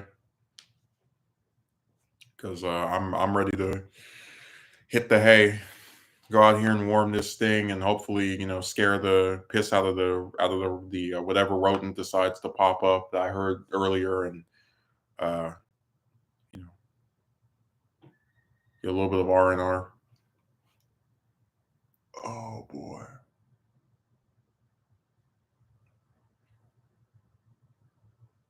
So if you have anything left to say, speak now or forever hold your peace. Well, I am very much looking forward to your upcoming videos in the Discord one and the LDR if you decide to make. I don't know if I'm still gonna do the Discord one, because it's just a bunch of stupid guys like writing comments, and like, at least with the long distance relationship thing, right? There's like an angle I can approach it from. just the lack of incentives. But I don't know about the Discord one anymore. Every time I come back to that script, I'm just like, I don't know if I want to do this. See, I lean more towards doing the LDR one.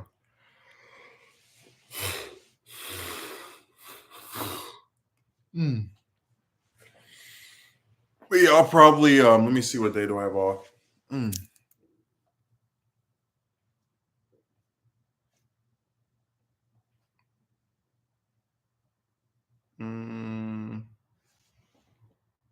Not Sunday, Tuesday. So yeah, I'll stream again on the 29th.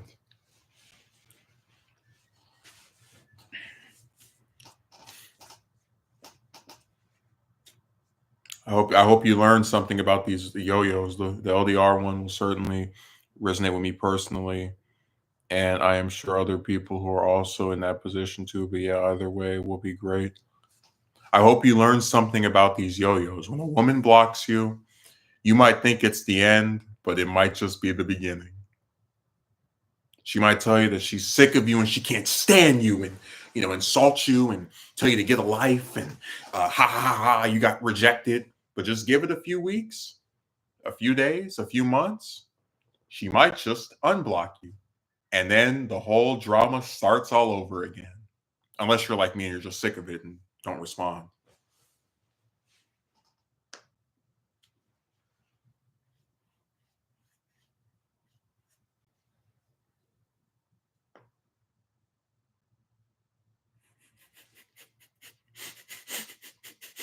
I really almost thought of like buying a toy yo-yo just to like have on the stream, me playing with it.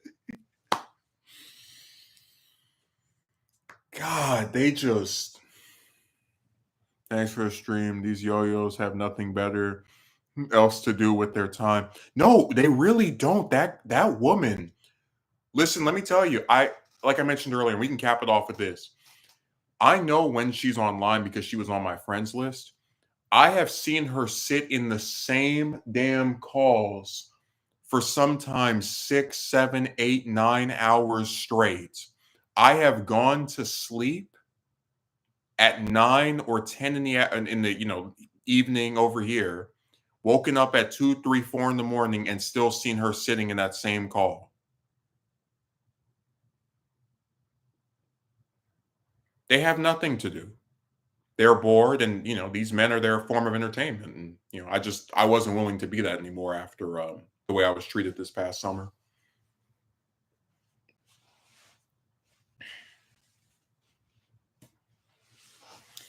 But yeah, I will be back later in I'm presuming Tuesday, unless some unforeseen thing happens. So thanks for showing up, and I'll see you that day. Or I hope you enjoyed the yo-yo stream.